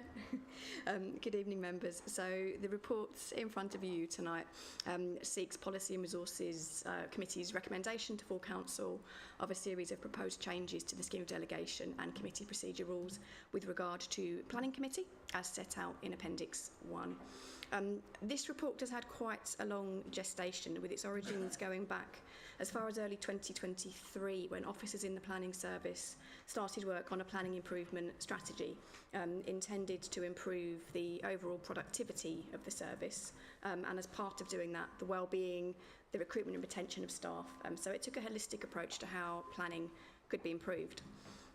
Proposed changes were discussed by the Planning and Transportation Policy Working Group twice in September and November of last year.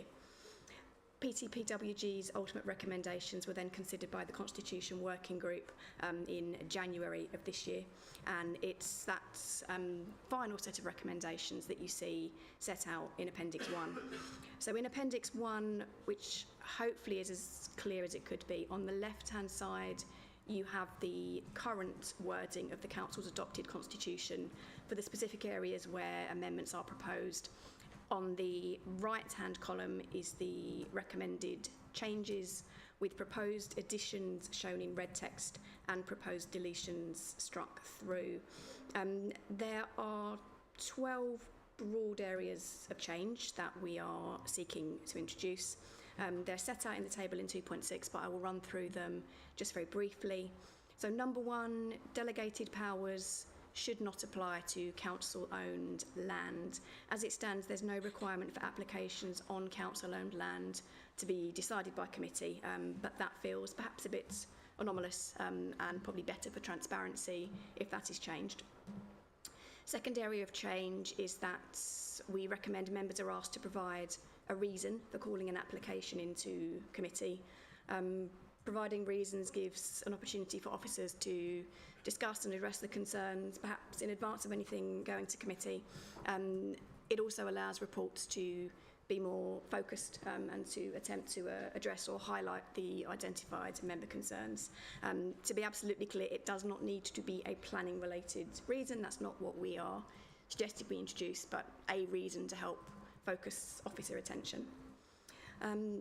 Recommendation 3 really is around a tightening of loose wording, so giving a definition of the statutory consultation period and setting out that we would be willing to extend those where reasonable. Recommendation 4 is around asking parish or town councils to state in their representations that they want an application to be considered by committee in order to trigger a call-in. As it stands currently, if the parish or town council has a different view to the officer, it automatically comes to committee. Perhaps there are a number of occasions where they want those objections or recommendations to be noted, but not necessarily to take that to committee. Linked to that, recommendation 5, when we are informing a parish or town council that their representation is not considered to reflect relevant planning policy considerations, because for parish or town councils, they do have to have a planning-related reason. The ward member will no longer be urgently notified, but will be included in the email that goes to the parish or town council. That's intended to promote parish, town council and borough relations, whilst ensuring that the ward member is aware at the earliest opportunity. Number 6, we propose reminding parish or town councils that they are able to send a speaker to committee if they request an application is called in. We think that would promote positive engagement in the planning system. 7, we have suggested a redefinition of the reason why the head of planning may refer applications to committee that haven't met other triggers. We are aiming to put a greater focus on the public interest test and the reasons when it is most appropriate for planning committee to take that decision. Recommendation 8 is another anomaly, the removal of the requirement to specifically consult with ward members regarding hedgerow notifications. Members have a weekly list of applications. They're consulted on applications within their ward, so there is no benefit in singling out hedgerows in this fashion. We are proposing changing the requirement to consult the chair or vice chair of planning committee before serving enforcement notices to a requirement to consult all borough councillors, and that is to allow wider views to be received on the appropriateness of action that we are recommending is taken. And then finally, some more structural recommendations for the running of the meeting. So we are recommending adding in a reference that planning committee is a meeting in public and not a public meeting, and that observers cannot participate. We think that will help set expectations more clearly from the start. On rare occasions, people in the gallery believe they can participate, and then that becomes a bit awkward for us and for them. We are recommending rolling that out for all committees, so at the start of all committee meetings that is referenced. We would like to remove the limitation on members of the public speaking again at committee following a site visit. As it stands, members of the public can speak twice, so once at planning committee, once at the site visit, but when it comes back to planning committee, they're prohibited from speaking. We don't see much of a logical reason behind that. We think to promote better engagement in the planning system and to allow evolved views to be aired, that would be appropriate. And then the final one is adding in the requirement for all planning committee votes to be recorded to promote transparency, accountability and confidence in the planning system. Thank you very much. Thank you. Councillor Baldock. Yep, thank you, Chairman, and thank you to Robin for going through this at length in the Constitutional Working Group. It was long. I think these, and Joanne, for all the conversations that we've had leading to them going to the PTPWG. I think we share a desire across the planning team to improve confidence in the decision making of the planning committee and the planning department, to ensure that people feel that even if their views aren't agreed with, they were heard. So we've gone, we're making sure people feel that they have the opportunity to have their views heard, and that there's a greater degree of transparency and accountability in the way that decisions are made and how that information is put across. And I think these taken together are a really positive step forward. So thank you. Thank you. Councillor Speed, please. Thank you, Chairman. Firstly, I'd like to say these proposals are considerably more sensible than the first draft that was circulated, so I'd like to thank officers for taking into account members' concerns. I've got 3 comments on the proposal in front of us. Firstly, regarding 2.8.15.2b3, which is basically called in by parish councils. The proposed new wording is that it says where it is clearly stated that the parish or town council would like the application to be decided by the planning committee. Now, when a parish council submits its comments, it doesn't know what the officer's recommendation is going to be. So, for example, if a parish council supports an application and the officer subsequently recommends approval, then the parish council wouldn't want it referred to committee because there wouldn't be any point. They'd only want it referred if the officer recommendation was the other way. So I'd like to suggest an amendment to that wording which says, where it is clearly stated that the parish or town council would like the application to be decided by the planning committee, in the event that the officer's recommendation conflicts with the parish council's view. My second point is basically where the head of planning writes to the parish council to advise them that their representation is not based on relevant planning considerations. I'm a bit concerned about the emasculation of parish councils here.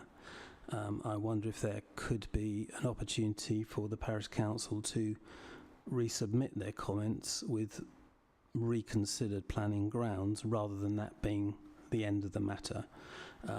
So, for example, the parish council could be given a period of 14 days from the date of the communication to resubmit their comments for further consideration by the head of planning. My third point, and my first 2 points were giving parish councils more flexibility. My third point is actually being slightly tougher on them. One of the things that really irritates members of the planning committee, or some of us anyway, is where a application is called in by a parish council and then the parish council don't bother to turn up to the planning committee meeting. So we end up debating an application without really understanding why it's been called in, because we haven't heard the parish council's representations. So I would like to suggest that this is amended rather than... We certainly need to remind them of their rights, but I think we could toughen it up a bit by saying that where the sole reason for an application being on the agenda is a call-in from the parish council and the parish council or town council fails to attend, then the chairman has the discretion to strike the item off the agenda and the officer's recommendation is automatically adopted. Thank you, Chairman.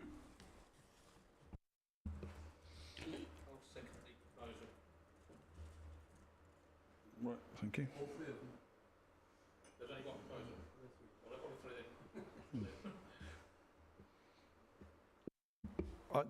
Okay, Councillor Baldock. Yeah, I'd quite like to respond.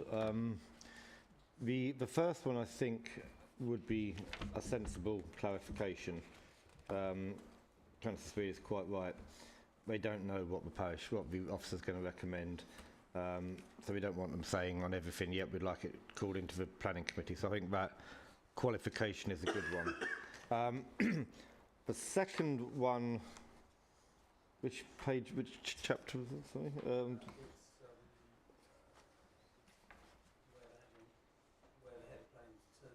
A representation from 3 above, i.e. parish council, is not based on relevant planning considerations. I hope no one's watching, but I don't often feel there's a lot gained when some people speak. And if we had to have lots of that, I think that might grate even more. Because if a parish council has put a reason, they've made well, the other thing is we're requiring them to give material planning reasons now, so that we can understand why they have called it in. If a parish council just comes up to repeat what they've already said, that's not a lot of use. Really, the only value is to be responding to something that the officer's written in the report, normally arguing with their original points. If that's not going to be what we're going to get from a parish council speaker, then that's 3 minutes an item that may not be greatly beneficial, I would like to suggest. I wasn't too sure what the middle item was. but where you were being nice to parish councils. Yes, I would have to leave that to... I don't know if we could physically go back to parish councils and ask them to be clear, because they'd have to have another meeting. There is the time delays, but that's why the ward member would be told at the same time. The ward member could then call it in, or speak to the parish council and get the reasons and call it in. So that ability to call it in would still be there. I don't think we could give a constitutional carte blanche to another 2 weeks. It's a fair point, but I just don't see in practice how we could do it. And if I could just add to that, thank you, Chair. We do try to make it a dialogue where we can. So if we thought a letter from a parish council was kind of nudging at a planning reason wasn't quite there, we would work with them to tease that out. So it's not a kind of one and you're done. We're not going to listen to you. If there's something there, if there's a nugget of something, we will work with the parish or town council. Thank you. Councillor Speed. Thank you. If I could just come back on that. I don't feel strongly about my second suggestion, and I agree with Councillor Baldock that that makes the whole elongates the whole process and might be a bit difficult to manage. But I do strongly feel that the clarification is needed, which is my first point, which is that in the event that the officer's recommendation conflicts with the parish council's view. And I also feel strongly that if a parish council doesn't bother to turn up to a planning committee and it's purely because they called it in that it's before the committee, the chairman should have the discretion, they don't have to exercise it, but the discretion to remove the item from the agenda and the officer's recommendation is adopted. That's proper tough talk. Councillor Baldock, do you want to come back? I think on that issue, you could have a situation where the chair, because the parish council haven't turned up, I think that it would put an onus on the chair. I don't think you could do it, could you, Robin? I don't think you could just pull an item because the speaker hasn't turned up on planning. I think it certainly places the chair in an awkward position, doesn't it?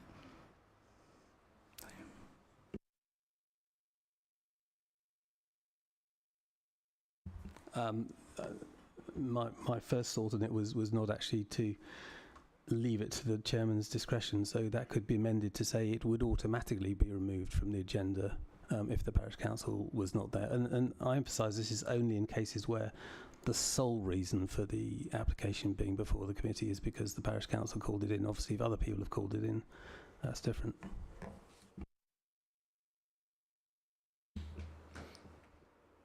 Yeah, Councillor Baldock. I'd like to run with what we've got. We can take that away and discuss it through PTP and Constitution Working Group over the next 6 to 8 months to discuss it. But I'd like to keep what we've got in and get it through. To change it after it's been through those discussions in quite such a dramatic way would be... I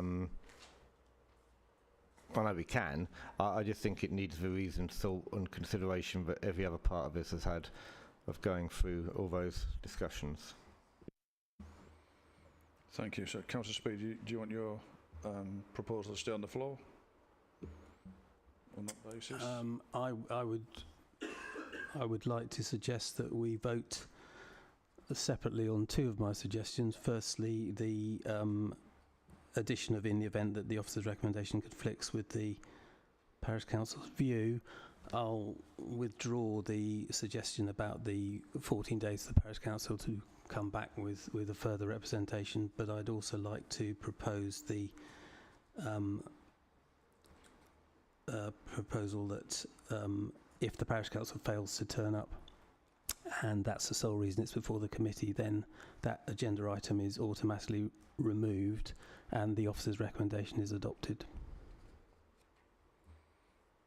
Okay, thank you.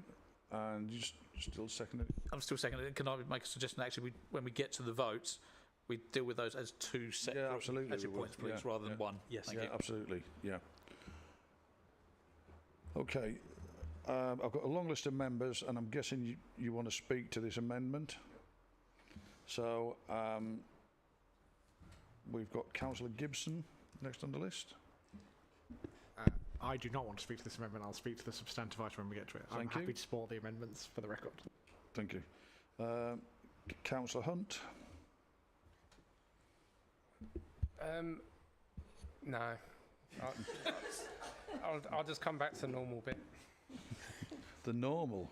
Okay. Well, it's normally going to get. Rightio. Councillor Worcester. Thank you, Chair. I would like to speak on this substantive bit of it as well, but I find the suggested amendment for item 6 is quite draconian and isn't in the spirit of what towns and parishes planning comments are about. It doesn't help support what should be being supported at town and parish level, which is better training, better engagement, and upskilling of members that basically volunteer their time on almost 100% of parish councils. And also, for instance, to say that, for instance, if a parish doesn't turn up to speak, I find that quite discriminatory in terms of how we're asking these towns and parishes to arrive at their own expense, sometimes travelling quite a long way. I do take the fact that they could, in fact, join the meeting online, and they could also write in as an accompanying statement to under the chair's discretion, I'm assuming. But I would say that what we need to be doing is encouraging more involvement rather than less involvement. And I would hope that, for instance, if a parish does put in a sole reason for a committee to call the application in, that is where SWAL would step in and support that parish council to be discussing the reasons and making sure that full engagement was there to kind of work with that parish council to recognise exactly why that was the course of action they chose. And I would say item number 4 I'm a bit concerned about with the amendment, because the item relies on the experience of the parish council itself. You may have a very inexperienced parish council, you may have a very inexperienced clerk. So, for instance, it's a difficult thing to say to them that you should be as good at recognising how the planning system works as, say, potentially a council that's been set up and run by the same chair and is putting in objections for development left, right and centre. What I would like to see is a planning system that allows people to represent good quality comments about planning that isn't kind of limited by experience or potentially time on the job. Thank you. Thank you. Councillor Palmer. Yeah, I'm quite happy with number 1. I do have reservations about saying, well, if you don't turn up, if they've put an objection in on relevant planning grounds and it's been accepted that there's an objection by the parish council on planning grounds, then I think the planning committee should see it. However, if a parish council doesn't turn up, I don't think there's anything in planning law that says that's a reason to approve an application or to take a different view. So I think number 1 is good. I can accept that.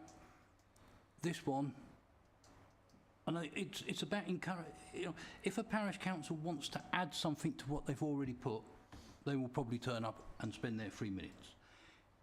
It is pointless for a parish council to turn up who've put a good, detailed reasons into their reasons to object to the application, only then to find that they turn up and read it out for 3 minutes exactly the same that's on the portal.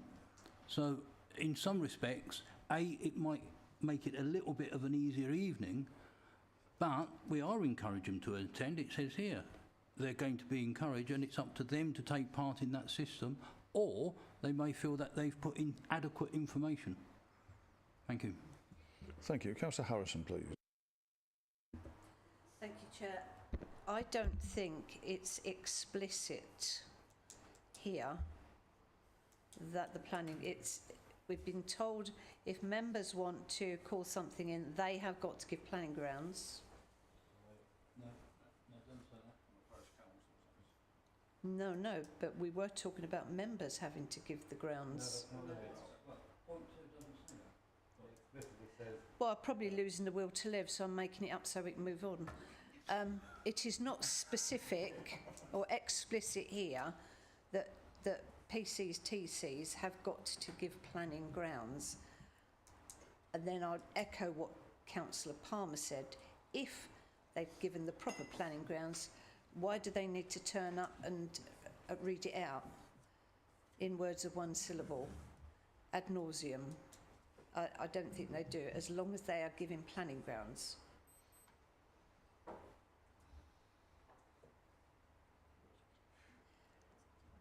And in relation to inexperienced, this council offers planning training on a regular basis, and it invites parish council reps along. I know this because I've objected in the past. And KALC also does planning training. So I don't think there's any, well, there could be loads of people that suddenly turned up on the job yesterday, but there's not that many. I'm not being facetious, but there is ample opportunity for parish clerks and parish council. There's got to be some experienced people in these towns and parishes across the borough. There would be no excuse for somebody putting in I'm going to say spurious, a wrong ground, like, yeah, well, it's going to spoil the view. Really? Yeah. No, and they would be told by their colleagues, by their peers on that council, that actually the view is nothing whatsoever to do with it. So I understand where Councillor Worcester's coming from, but I personally do not think that there is nobody in any of the 30-odd towns and parishes across this borough has got nobody that's got any experience. Don't believe that. Thank you. Sorry, Chair, as I was named, can I come back on that quickly? Just quickly, we've just had a parish council in Swale that has been deformed and reformed with councillors on it. So actually there is the perfect example of that parish council could go to election and could start with absolutely zero members having planning training, because planning training for parish council isn't mandatory for them to sit on parish council planning and have that input into the plan. Just making that point. Thank you. Thank you. Councillor Bonney. Cheers. I do think it's a bit of a red herring if they've written a submission with valid planning grounds to then have to come and speak and tell us exactly what they've written down, because, then where do you stop? Do you do that with every objector? And then that brings me on to the point of speaking, because if you get more than one parish council that's objecting, how many parish councillors are you going to allow to speak at a meeting? Is there a limit on how many parish councils? And then you're going to be sat there for half an hour, so say you got 5 or 6, all sitting there reading their statements that you could have jolly well read in the report. So, yes, I'm not sure it's a grand idea. Thank you. Councillor Bowen. Thank you, Chairman. I totally get and agree with the sentiment that Councillor Speed is pushing here.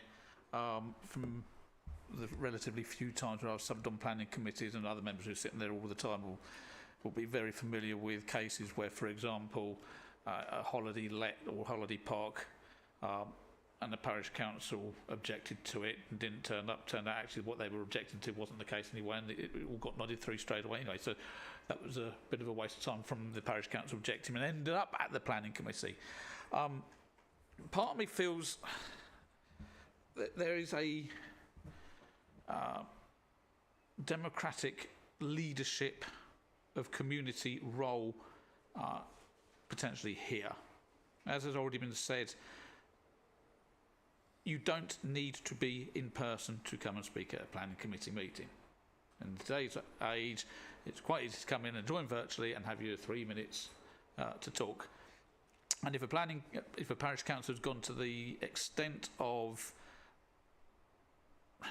objecting, asking for a call in, whatever, then part of me thinks, is it not beyond the realms of possibility as them as community leaders of their relative or their respective parishes and the electorate within those parishes to actually get off their bottoms and come and actually speak at whichever meeting, whether it's in person or online. But I do guess that they have, how do you square that circle of you're going to have parish councils just coming in and reeling off? I mean, part of their reports, when their submissions, one of them that's coming in could be pages and pages, 20, 30 pages long with evidence. You're not going to have that long. Do all those pages get reprinted for planning committee members? Do all planning committee members actually read all of those pages? The answer to that, I think, on the second part was probably no, they don't. But it would be useful, I think, and again, from a leadership point, for parish council or town council to actually come and almost give a synopsis summary of what their main concerns are. I'll leave it there, but I do get the issues, but I do think there is a community leadership role here, which they've been also elected, in theory, to do. Thank you. Councillor Baldock. Yeah, a few points that have come to mind. One, Councillor Bowen suggests that they could, don't have to come in person, they could do it online. But our technology is not that good. I have been at meetings where I've had every intention of speaking and been cut off. I wouldn't enjoy that happening. So, we've got somebody who can't get through, sitting on the other end, but we can't hear them. They cut out. Like, right, sorry, we are now going to give that permission because they haven't turned up. So I think technical's a bit. There's also the issue that when parish councils call something in, the ward members don't. It's like, oh right, parish has called it in, I won't be calling that in. And then the parish council doesn't turn up, but the ward member would otherwise have called it in. So I think that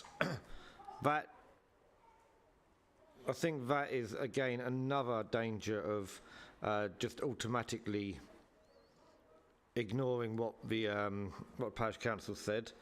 And thirdly, sort of associated with that, and Councillor Speed said this is solely when it's a parish council objection, and that is many of them.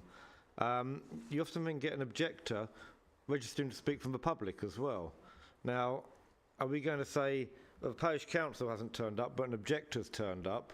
We're going to listen to the objector and then not allow it to go through? It just throws too many potential spanners in the works, and I could see that we'll end up having problems with this within about 2 or 3 meetings, end up having to have another session of saying, actually, no, we've changed our mind again, because it's just not going to work. And I just don't think legally you can have a situation where a decision is going to be made on a planning application, it's in the public domain, and then because a speaker hasn't turned up, it goes. Do we balance this out and say, actually, if the agents don't turn up, if the agents don't turn up to defend their application, we'll just crash it. So I think Even somebody else out there is getting a bit bored with this. Okay, right. I'll take this one to the vote then for the First Amendment. Those in favour of the First Amendment. Can we just quickly recap what they actually are in terms of number 1 and number 2? Yeah, Councillor Speed, I'll let you. So the First Amendment is to change the wording of 2.8.15.2b3. That where it is clearly stated that the parish or town council would like the application to be decided by the planning committee in the event that the officer's recommendation conflicts with the parish council's view.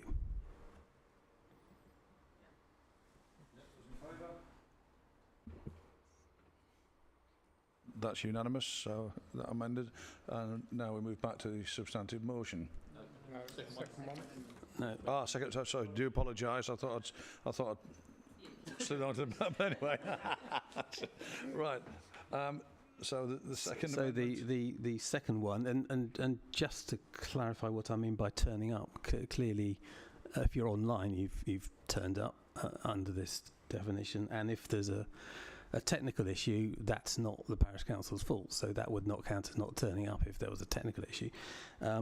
So the proposal would be that where the sole reason for an application being on the agenda is a call-in from the parish council, and the parish council fails to attend either virtually or in person, the chairman has the discretion to strike the item off the agenda, and the officer's recommendation will automatically be adopted.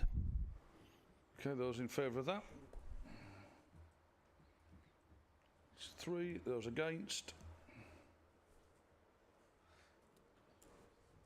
Abstentions? So that's carried. Sorry, it falls. It falls. Go on, that falls. Right, now we're back to substantive motion. Thank you. Councillor Boyne. Thanks. I thought there was other speakers before me on the substantive. Yeah. Well, you're happy for me? No, she's left now. The only, or a couple of very quick ones. On point 9, about the enforcement notices, again, just for clarification, what is the process if 1, 2, 40, whatever, councillors actually do object? Who decides that? Does it go to the head of planning for definition or determination rather? And the only other one is under the Constitution, why do we need to say that all planning committee votes are to be recorded votes? Surely, coming back to the point we made a few minutes ago, that's going to just make the meetings longer when there is an application which is actually really clear that that it's going to be granted or lost, whichever way. Why go to the rigmarole of having a recorded vote? And that's not within. I mean, the Constitution doesn't specifically says you have to request a recorded vote. Why change it the other way around for a planning committee? I just think that's a needless thing. But if the numbers, if the chair can always determine, whoever the chair may be, and Councillor Baldock at this point, if from the debate goes on, thinks this is potentially looking close, you can just request a recorded vote anyway. I don't see why all of these have to have recorded vote. It seems an administrative, bureaucratic, unnecessary task. Thank you. Thank you. Councillor Hunt. I've looked at this so many times I probably shouldn't have anything to comment on, but I have got something. You read it again, you still find other things. And it's just on page 142, 3.1.38.5. The chair will welcome any members of the public who are registered to speak on the item. And I completely agree with everything that's in this document. But just thinking about it more, where is the info giving members of the public detail on who can actually speak on these? Because I think there needs to be a little bit more detail behind this, so members of the public know exactly who can speak on it, and when it does come back again, whether it's the same member of the public that can speak, or if we're going to be saying that it's different members of the public. Because normally at the beginning of a meeting, we haven't got that issue to be dealing with. We just say, these are the speakers. If it goes to a working group, you can speak there and not when it comes back. Whereas this time, we're saying any members of the public are registered to speak on any item, but is it going to be different members? Is it going to be the same members? And where is it known who can and can't? So it's something maybe to take away and look at what sits behind it, but there's just a bit more detail needed. Yeah, thanks. Mike? Councillor Baldock? Yeah, I'm just pointing out these are only the specific sections that will be changed. There is a 3.1.38.4 and a 38.3, which gives could give the context. But certainly, if you want something to be looked at for the future, raise it here and pass it to Robin, and we can look at it. I'll come back. I agree with that, but if we're making a decision that may confuse members of the public, once that goes out there, it should be something that's looked at the same time. I don't see how it can, but... Councillor Bonney? Yeah, so there's a couple of points. I think clearly setting out somewhere where the public can read all the procedure rules and understand it is very important. But the other thing is there are applications and there are applications, and the rules to speak I think need to be clarified, because whether you've got an application for 1,000 dwellings versus someone's extension, the speaking rules and the number of parties that can speak are the same. And I really do think that needs to be altered. The fact that we face some really substantial planning applications, to have an objector, yeah, you said you can have a sway of the parish councils, but it's not really reflective, that speaking part of what is under consideration. So I'd like that to be looked at. Thank you. And that's something I'm sure we can do. Councillor Baldock? You're done, right. Okay, Councillor... I was just about to bring Councillor Gibson in, but I'll come back to you in a minute. Councillor Gibson? I suspect my point fits in the same category of things to look at around members, consulting ward members, particularly. Well, my frustration arises from the unique position of being on the Town Planning Council committee, but not the Swale one. So when ward members are consulted, mostly on non-contentious issues, so I think about a lighting application for a sign in the town centre where an existing one is being changed, which clearly is not a major issue of contention, it is entirely possible that Councillor Perkin and I both write in fine as a response to an email, which is helpful, but that is a waste of officers' time to upload that onto the portal if they are already saying fine in their recommendation. It also means that neither I nor Councillor Perkin can then speak at Faversham Town Council Planning Committee, because we have predetermined ourselves by telling officers that we think it is fine. And so I think that's something to look at. I accept it's relatively niche, but it affects the Faversham team, and I suspect some of our other council colleagues on parishes and towns around the borough as well. But thank you. Thank you. Councillor Bonney. Sorry, Mike. Microphone, not you. Right. The other one that seems to be causing an awful lot of ward work unnecessarily is notification of neighbours on small applications. I think we have made a decision, or somewhere along the line the process has been changed in that neighbours are not written to. The biggest bugbear, a lot of work I've had quite recently, and some very angry relationships brewing in the community as a result of people not understanding what's going on.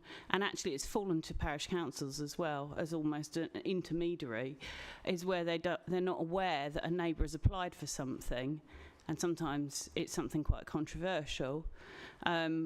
But in the grand scheme of things, we would consider it minor. Whereas if they're given the right avenue in which to respond, but not having to be standing outside their property looking at posts to see if there's a planning notice attached to it, or a newspaper that nobody ever buys anymore because it's a rag, you know, I think we need to change the process and write to the near neighbours. Thank you. Councillor Baldock. Robin, have we got the form ready yet? There is a form that people can have if they would like to have it in relation to suggesting changes, which I'm happy to share. So yeah.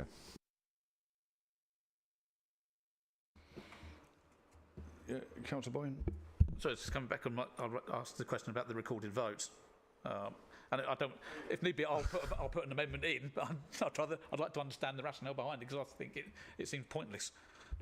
Yeah, Councillor Baldock.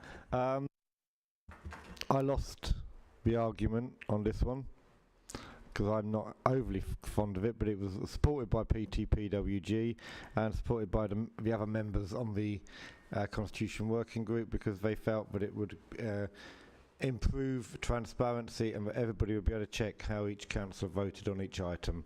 I don't relish it, but I suppose it would actually improve transparency and everybody would know how everybody voted on every item. Thank you. Councillor Harrison. Thanks, Chair. Just because a working group has recommended something doesn't mean that this committee has to agree it. This committee has the overall say, and if we're not happy with it, we're not happy with it. We knock it on the head. And I therefore propose that we do not agree that. And I will second that. Okay, I'm going to bring Councillor Palmer in, then I'm going to knock this on the head. We're going to go to the vote. It's about transparency. It's perhaps one of the biggest engagements of our public is planning. And when decisions are made, the members of the public can have a look and see who voted and how they voted. I think there's two main areas at the moment where this council engages with the public. One of them is planning and the other is bins. But I think the planning one is one of the things that will last for many years, and the public will have the opportunity to go back and have a look what happened a year ago, 2, 3 years ago. And I think when members are more accountable to the public, it is better decision making that is made. And the sewage crisis hopefully will be over in a few weeks. Thank you. Yeah, Councillor Boyne. Thank you. I'm sorry, I can't subscribe to that at all. The Constitution, if we're going to take that line, then we should be doing exactly the same thing across every single committee, across every single meeting, because that's what is in the Constitution, and that's what makes the council transparent. Okay, would you like to make a proposal? Sorry? I've done that. Councillor Harrison did it, and I seconded it. And in terms of, I mean, I'd say I'll go back to the chair has the right to read the room, effective chairing, and think, okay, I'm going to go automatically to a recorded vote on this and trust the chair implicitly on that. But it just seems to me a complete and utter waste of time on something that is can be just nodded through. For I want to build an extension to my house. There's no objections. Done. As opposed to taking the time of and pull a piece of paper out to call down the names, to tick yes, no, yeah. Stick to the Constitution. That's what's there. Or we change the Constitution for every single committee. Thank you. Thank you. So we've got the proposal on the floor, duly seconded. That's to remove. Well, I'll let you say, Councillor Harrison, in your own words.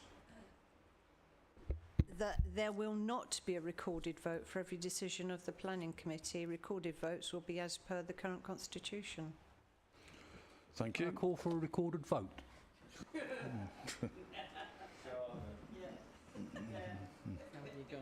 that 2. Rules are 5, Chair. 4.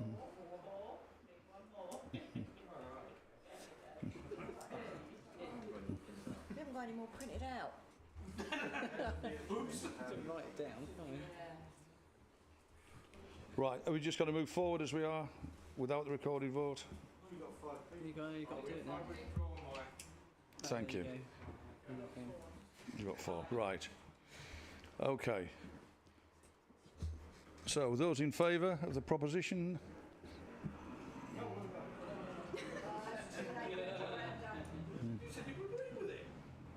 I agree with it in principle, but I Just tired. Yeah. 7. Okay, that's 7 for. Those against? 4 against. Abstentions? 1. So, that motion's carried. Or amendment's carried, I should say. Right. Now, thank you. Thank you, Councillor Gibson. Those in favour? Unanimous. Thank you very much, members. Right, agenda item 14, which is a local plan review consultation timetable. Thank you, Chair. So the purpose of this report is to set out the consultation timetable options that can be considered as part of the Council's local plan review. In December, the government at that time made clear that it wanted all local authorities to have an up-to-date local plan and that plans should provide for homes. To this effect, local authorities with an out-of-date local plan were required to update their local development scheme, which is the timetable for plan production, and were required to submit those schemes to the Secretary of State within 12 weeks. Whilst we have a new government now, the Chancellor in her statement on the 8th of July made clear the government's intentions towards plan making. The Chancellor stated that by the end of this month there will be a consultation on the National Planning Policy Framework, and it will be focused on new growth-focused approaches to the planning system, including restoring mandatory housing targets. To confirm the government's intentions, the Deputy Prime Minister will also write to local planning authorities alongside this consultation, making clear what will be expected of them, including universal coverage of local plans.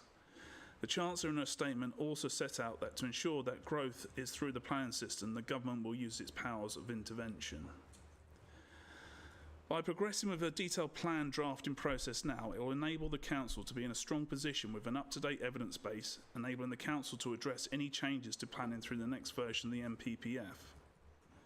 The report before you sets out 4 consultation options, from the most robust to the most expedient, and the report sets out how those options have been considered. The preferred approach, option 2, is proposed to this committee for recommendation to full Council. Whilst this approach does not have an early Regulation 18 issues and options consultation, it does propose a Regulation 18 detailed plan consultation in the autumn of this year, which will also combine the issues and options questions.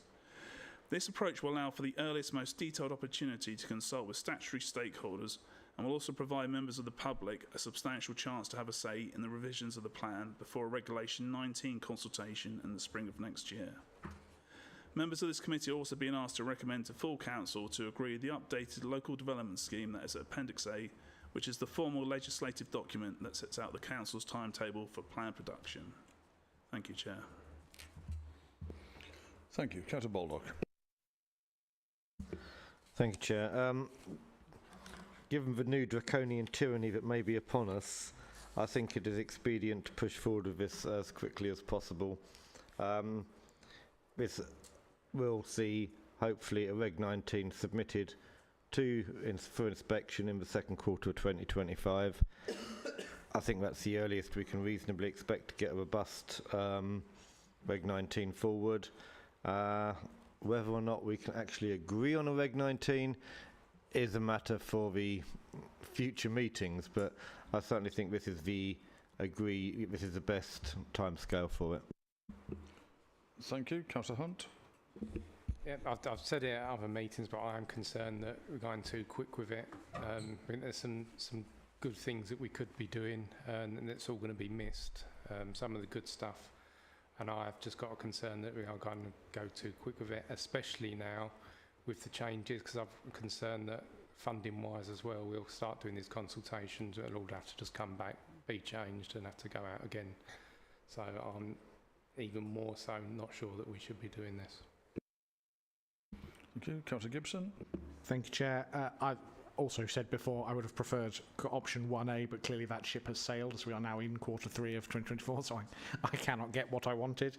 I guess my question and clarification is, how confident are we? I said at the time I didn't think my preferred timetable was plausible. How confident are we that this timetable is plausible, given that it's about 60 working days, almost all of which are the school holidays? What is the impact of that on the team and their capacity to deliver a Reg 18 in that time frame? Thank you. Okay, if I can come in on that. So officers have done a lot of work since this item went to the working group back in March time. We've got most of the evidence base in a position now where we're getting it commissioned. We've completed our HELA process, which is I look at our stockpile of housing sites that can be considered for potential allocation. We've also got our published employment land review now. So actually, we've got ourselves to a very good position now where if we were to stall the process, pieces of work that we've commissioned to start, for example, we've got the transport modelling ready to go for the Regulation 18. We just need to get to the position where we have our selection of allocated sites. We've also confirmed with consultants on the sustainability appraisal that they have the capacity to do the work through the summer on our options and our site options as well. So yeah, we've worked our socks off effectively. We have got ourselves into a position that myself and other officers feel confident we could go to a Regulation 18 detailed plan consultation later this year. Okay, thank you. Councillor Boyne. Thank you, Mr. Chairman.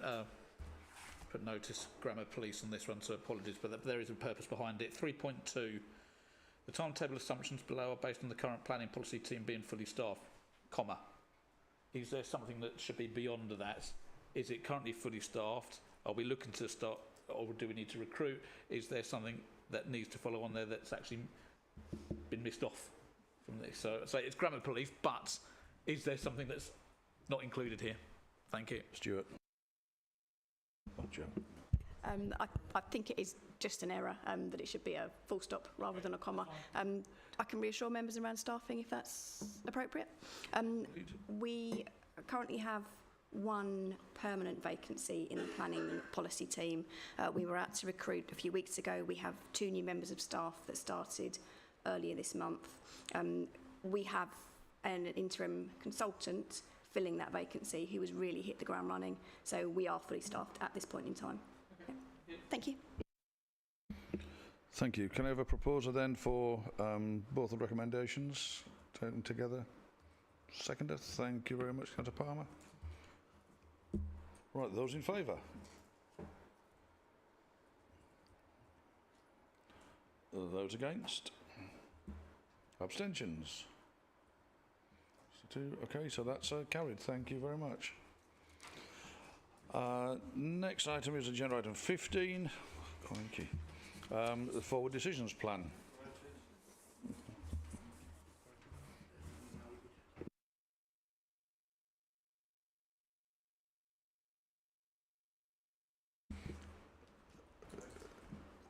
Proposing Mike, noted, yep. Thank you. Seconder for noting this. Thank you, Councillor Bonney. Those in favour? Unanimous. Thank you very much. Item 16, membership of subcommittees. Thank you, Chair. These are just nominations for the Appointment Subcommittee, Investigation Disciplinary Subcommittee and Statutory Officers Disciplinary Appeals Subcommittee based on the group's nominations as set out on Appendix 1.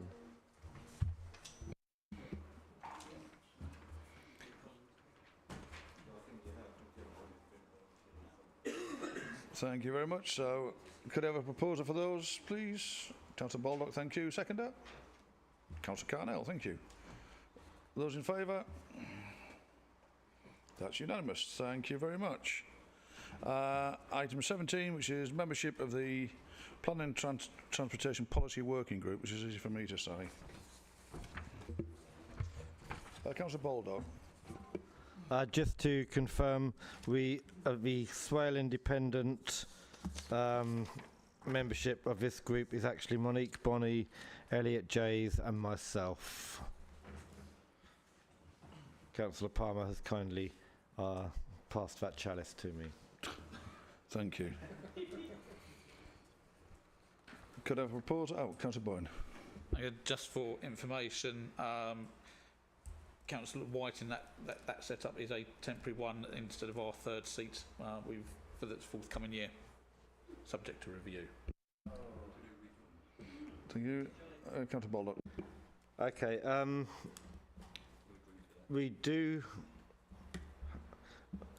We have said in the past, and it hasn't been observed, that there should be no subbing on the Planning Transportation Policy Working Group because they get they can get details which shouldn't go into the public domain in the meetings about site-specific allocations and that.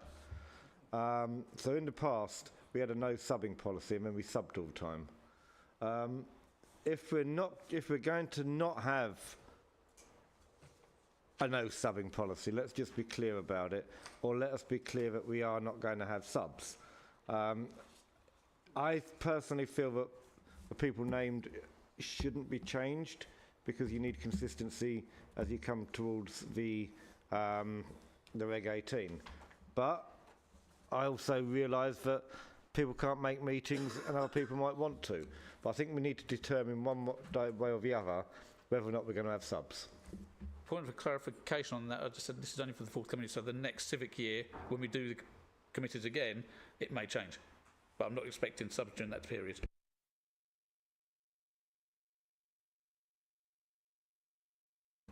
Thank you. Councillor Gibbs.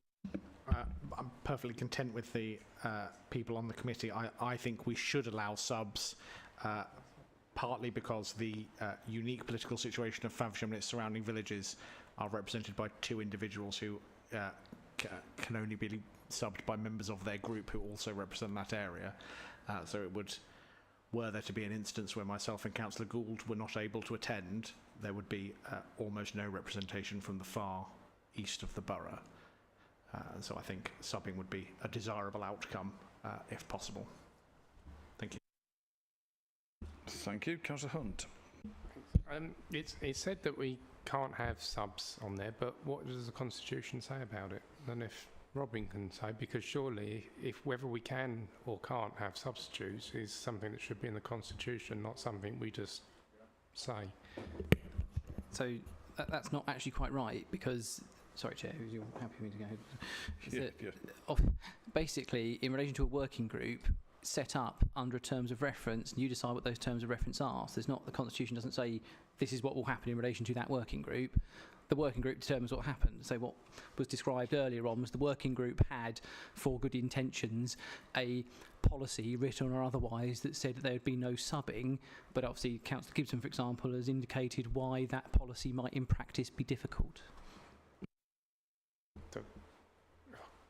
If I come back, Chair. Can I say one more thing, is that what the Constitution says, and it's something that just reflects the law, is that for your committees, like for example this committee, they have to be politically balanced, but that doesn't necessarily apply to working groups unless, for example, you put that upon yourselves. Again, that's a locally made rule, not the law.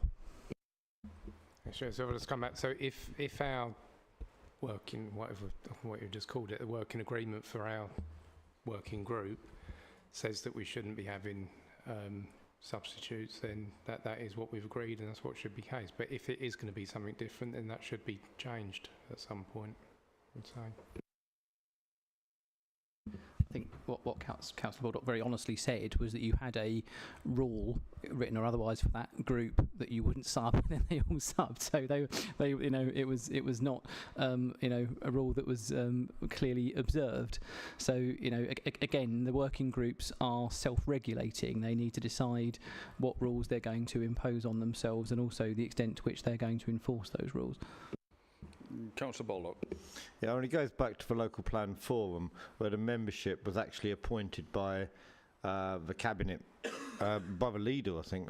But so it was appointed as the 7 people or the 9 people were specifically appointed, and then subbing started to creep in. But that's where it originally came from. It was the names were appointed and there was no subbing. And one of the problems was that Councillor Bonney was in a different group, and we wanted to sub her a couple of times and weren't allowed.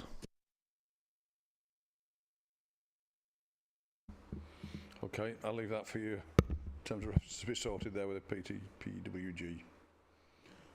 Thank you.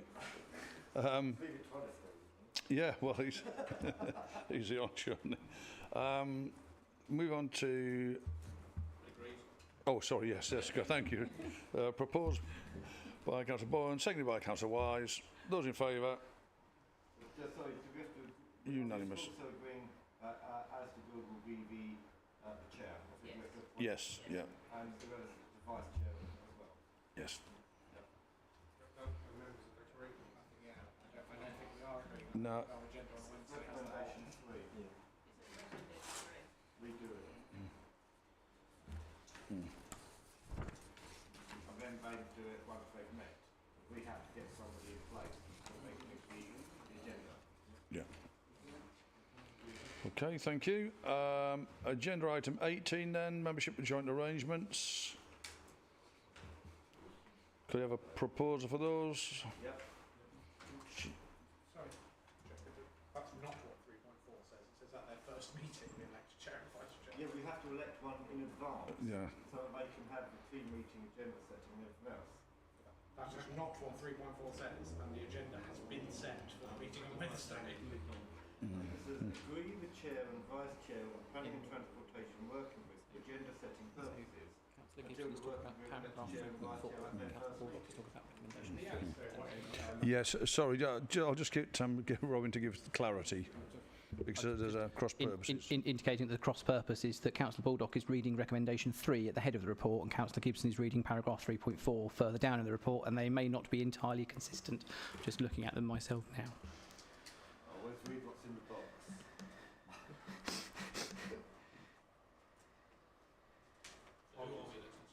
I don't have a strong view on it, but I do have a very strong view about Councillor Baldock. So in actual fact, I don't think they are inconsistent, Chair. It's that in actual fact that there's just one agreed for the purposes of as it's been described, the agenda setting meeting, and then there will be a further election at the group. So. Okay, thank you. So back to where we were. We've had a proposal for agenda item 18. Can we have a seconder? Thank you, Councillor Carnell. Those in favour? Unanimous. Thank you very much. Thank you for your indulgence this evening. We've got there in the end. Thank you, officers, particularly. It's been a long old slog. And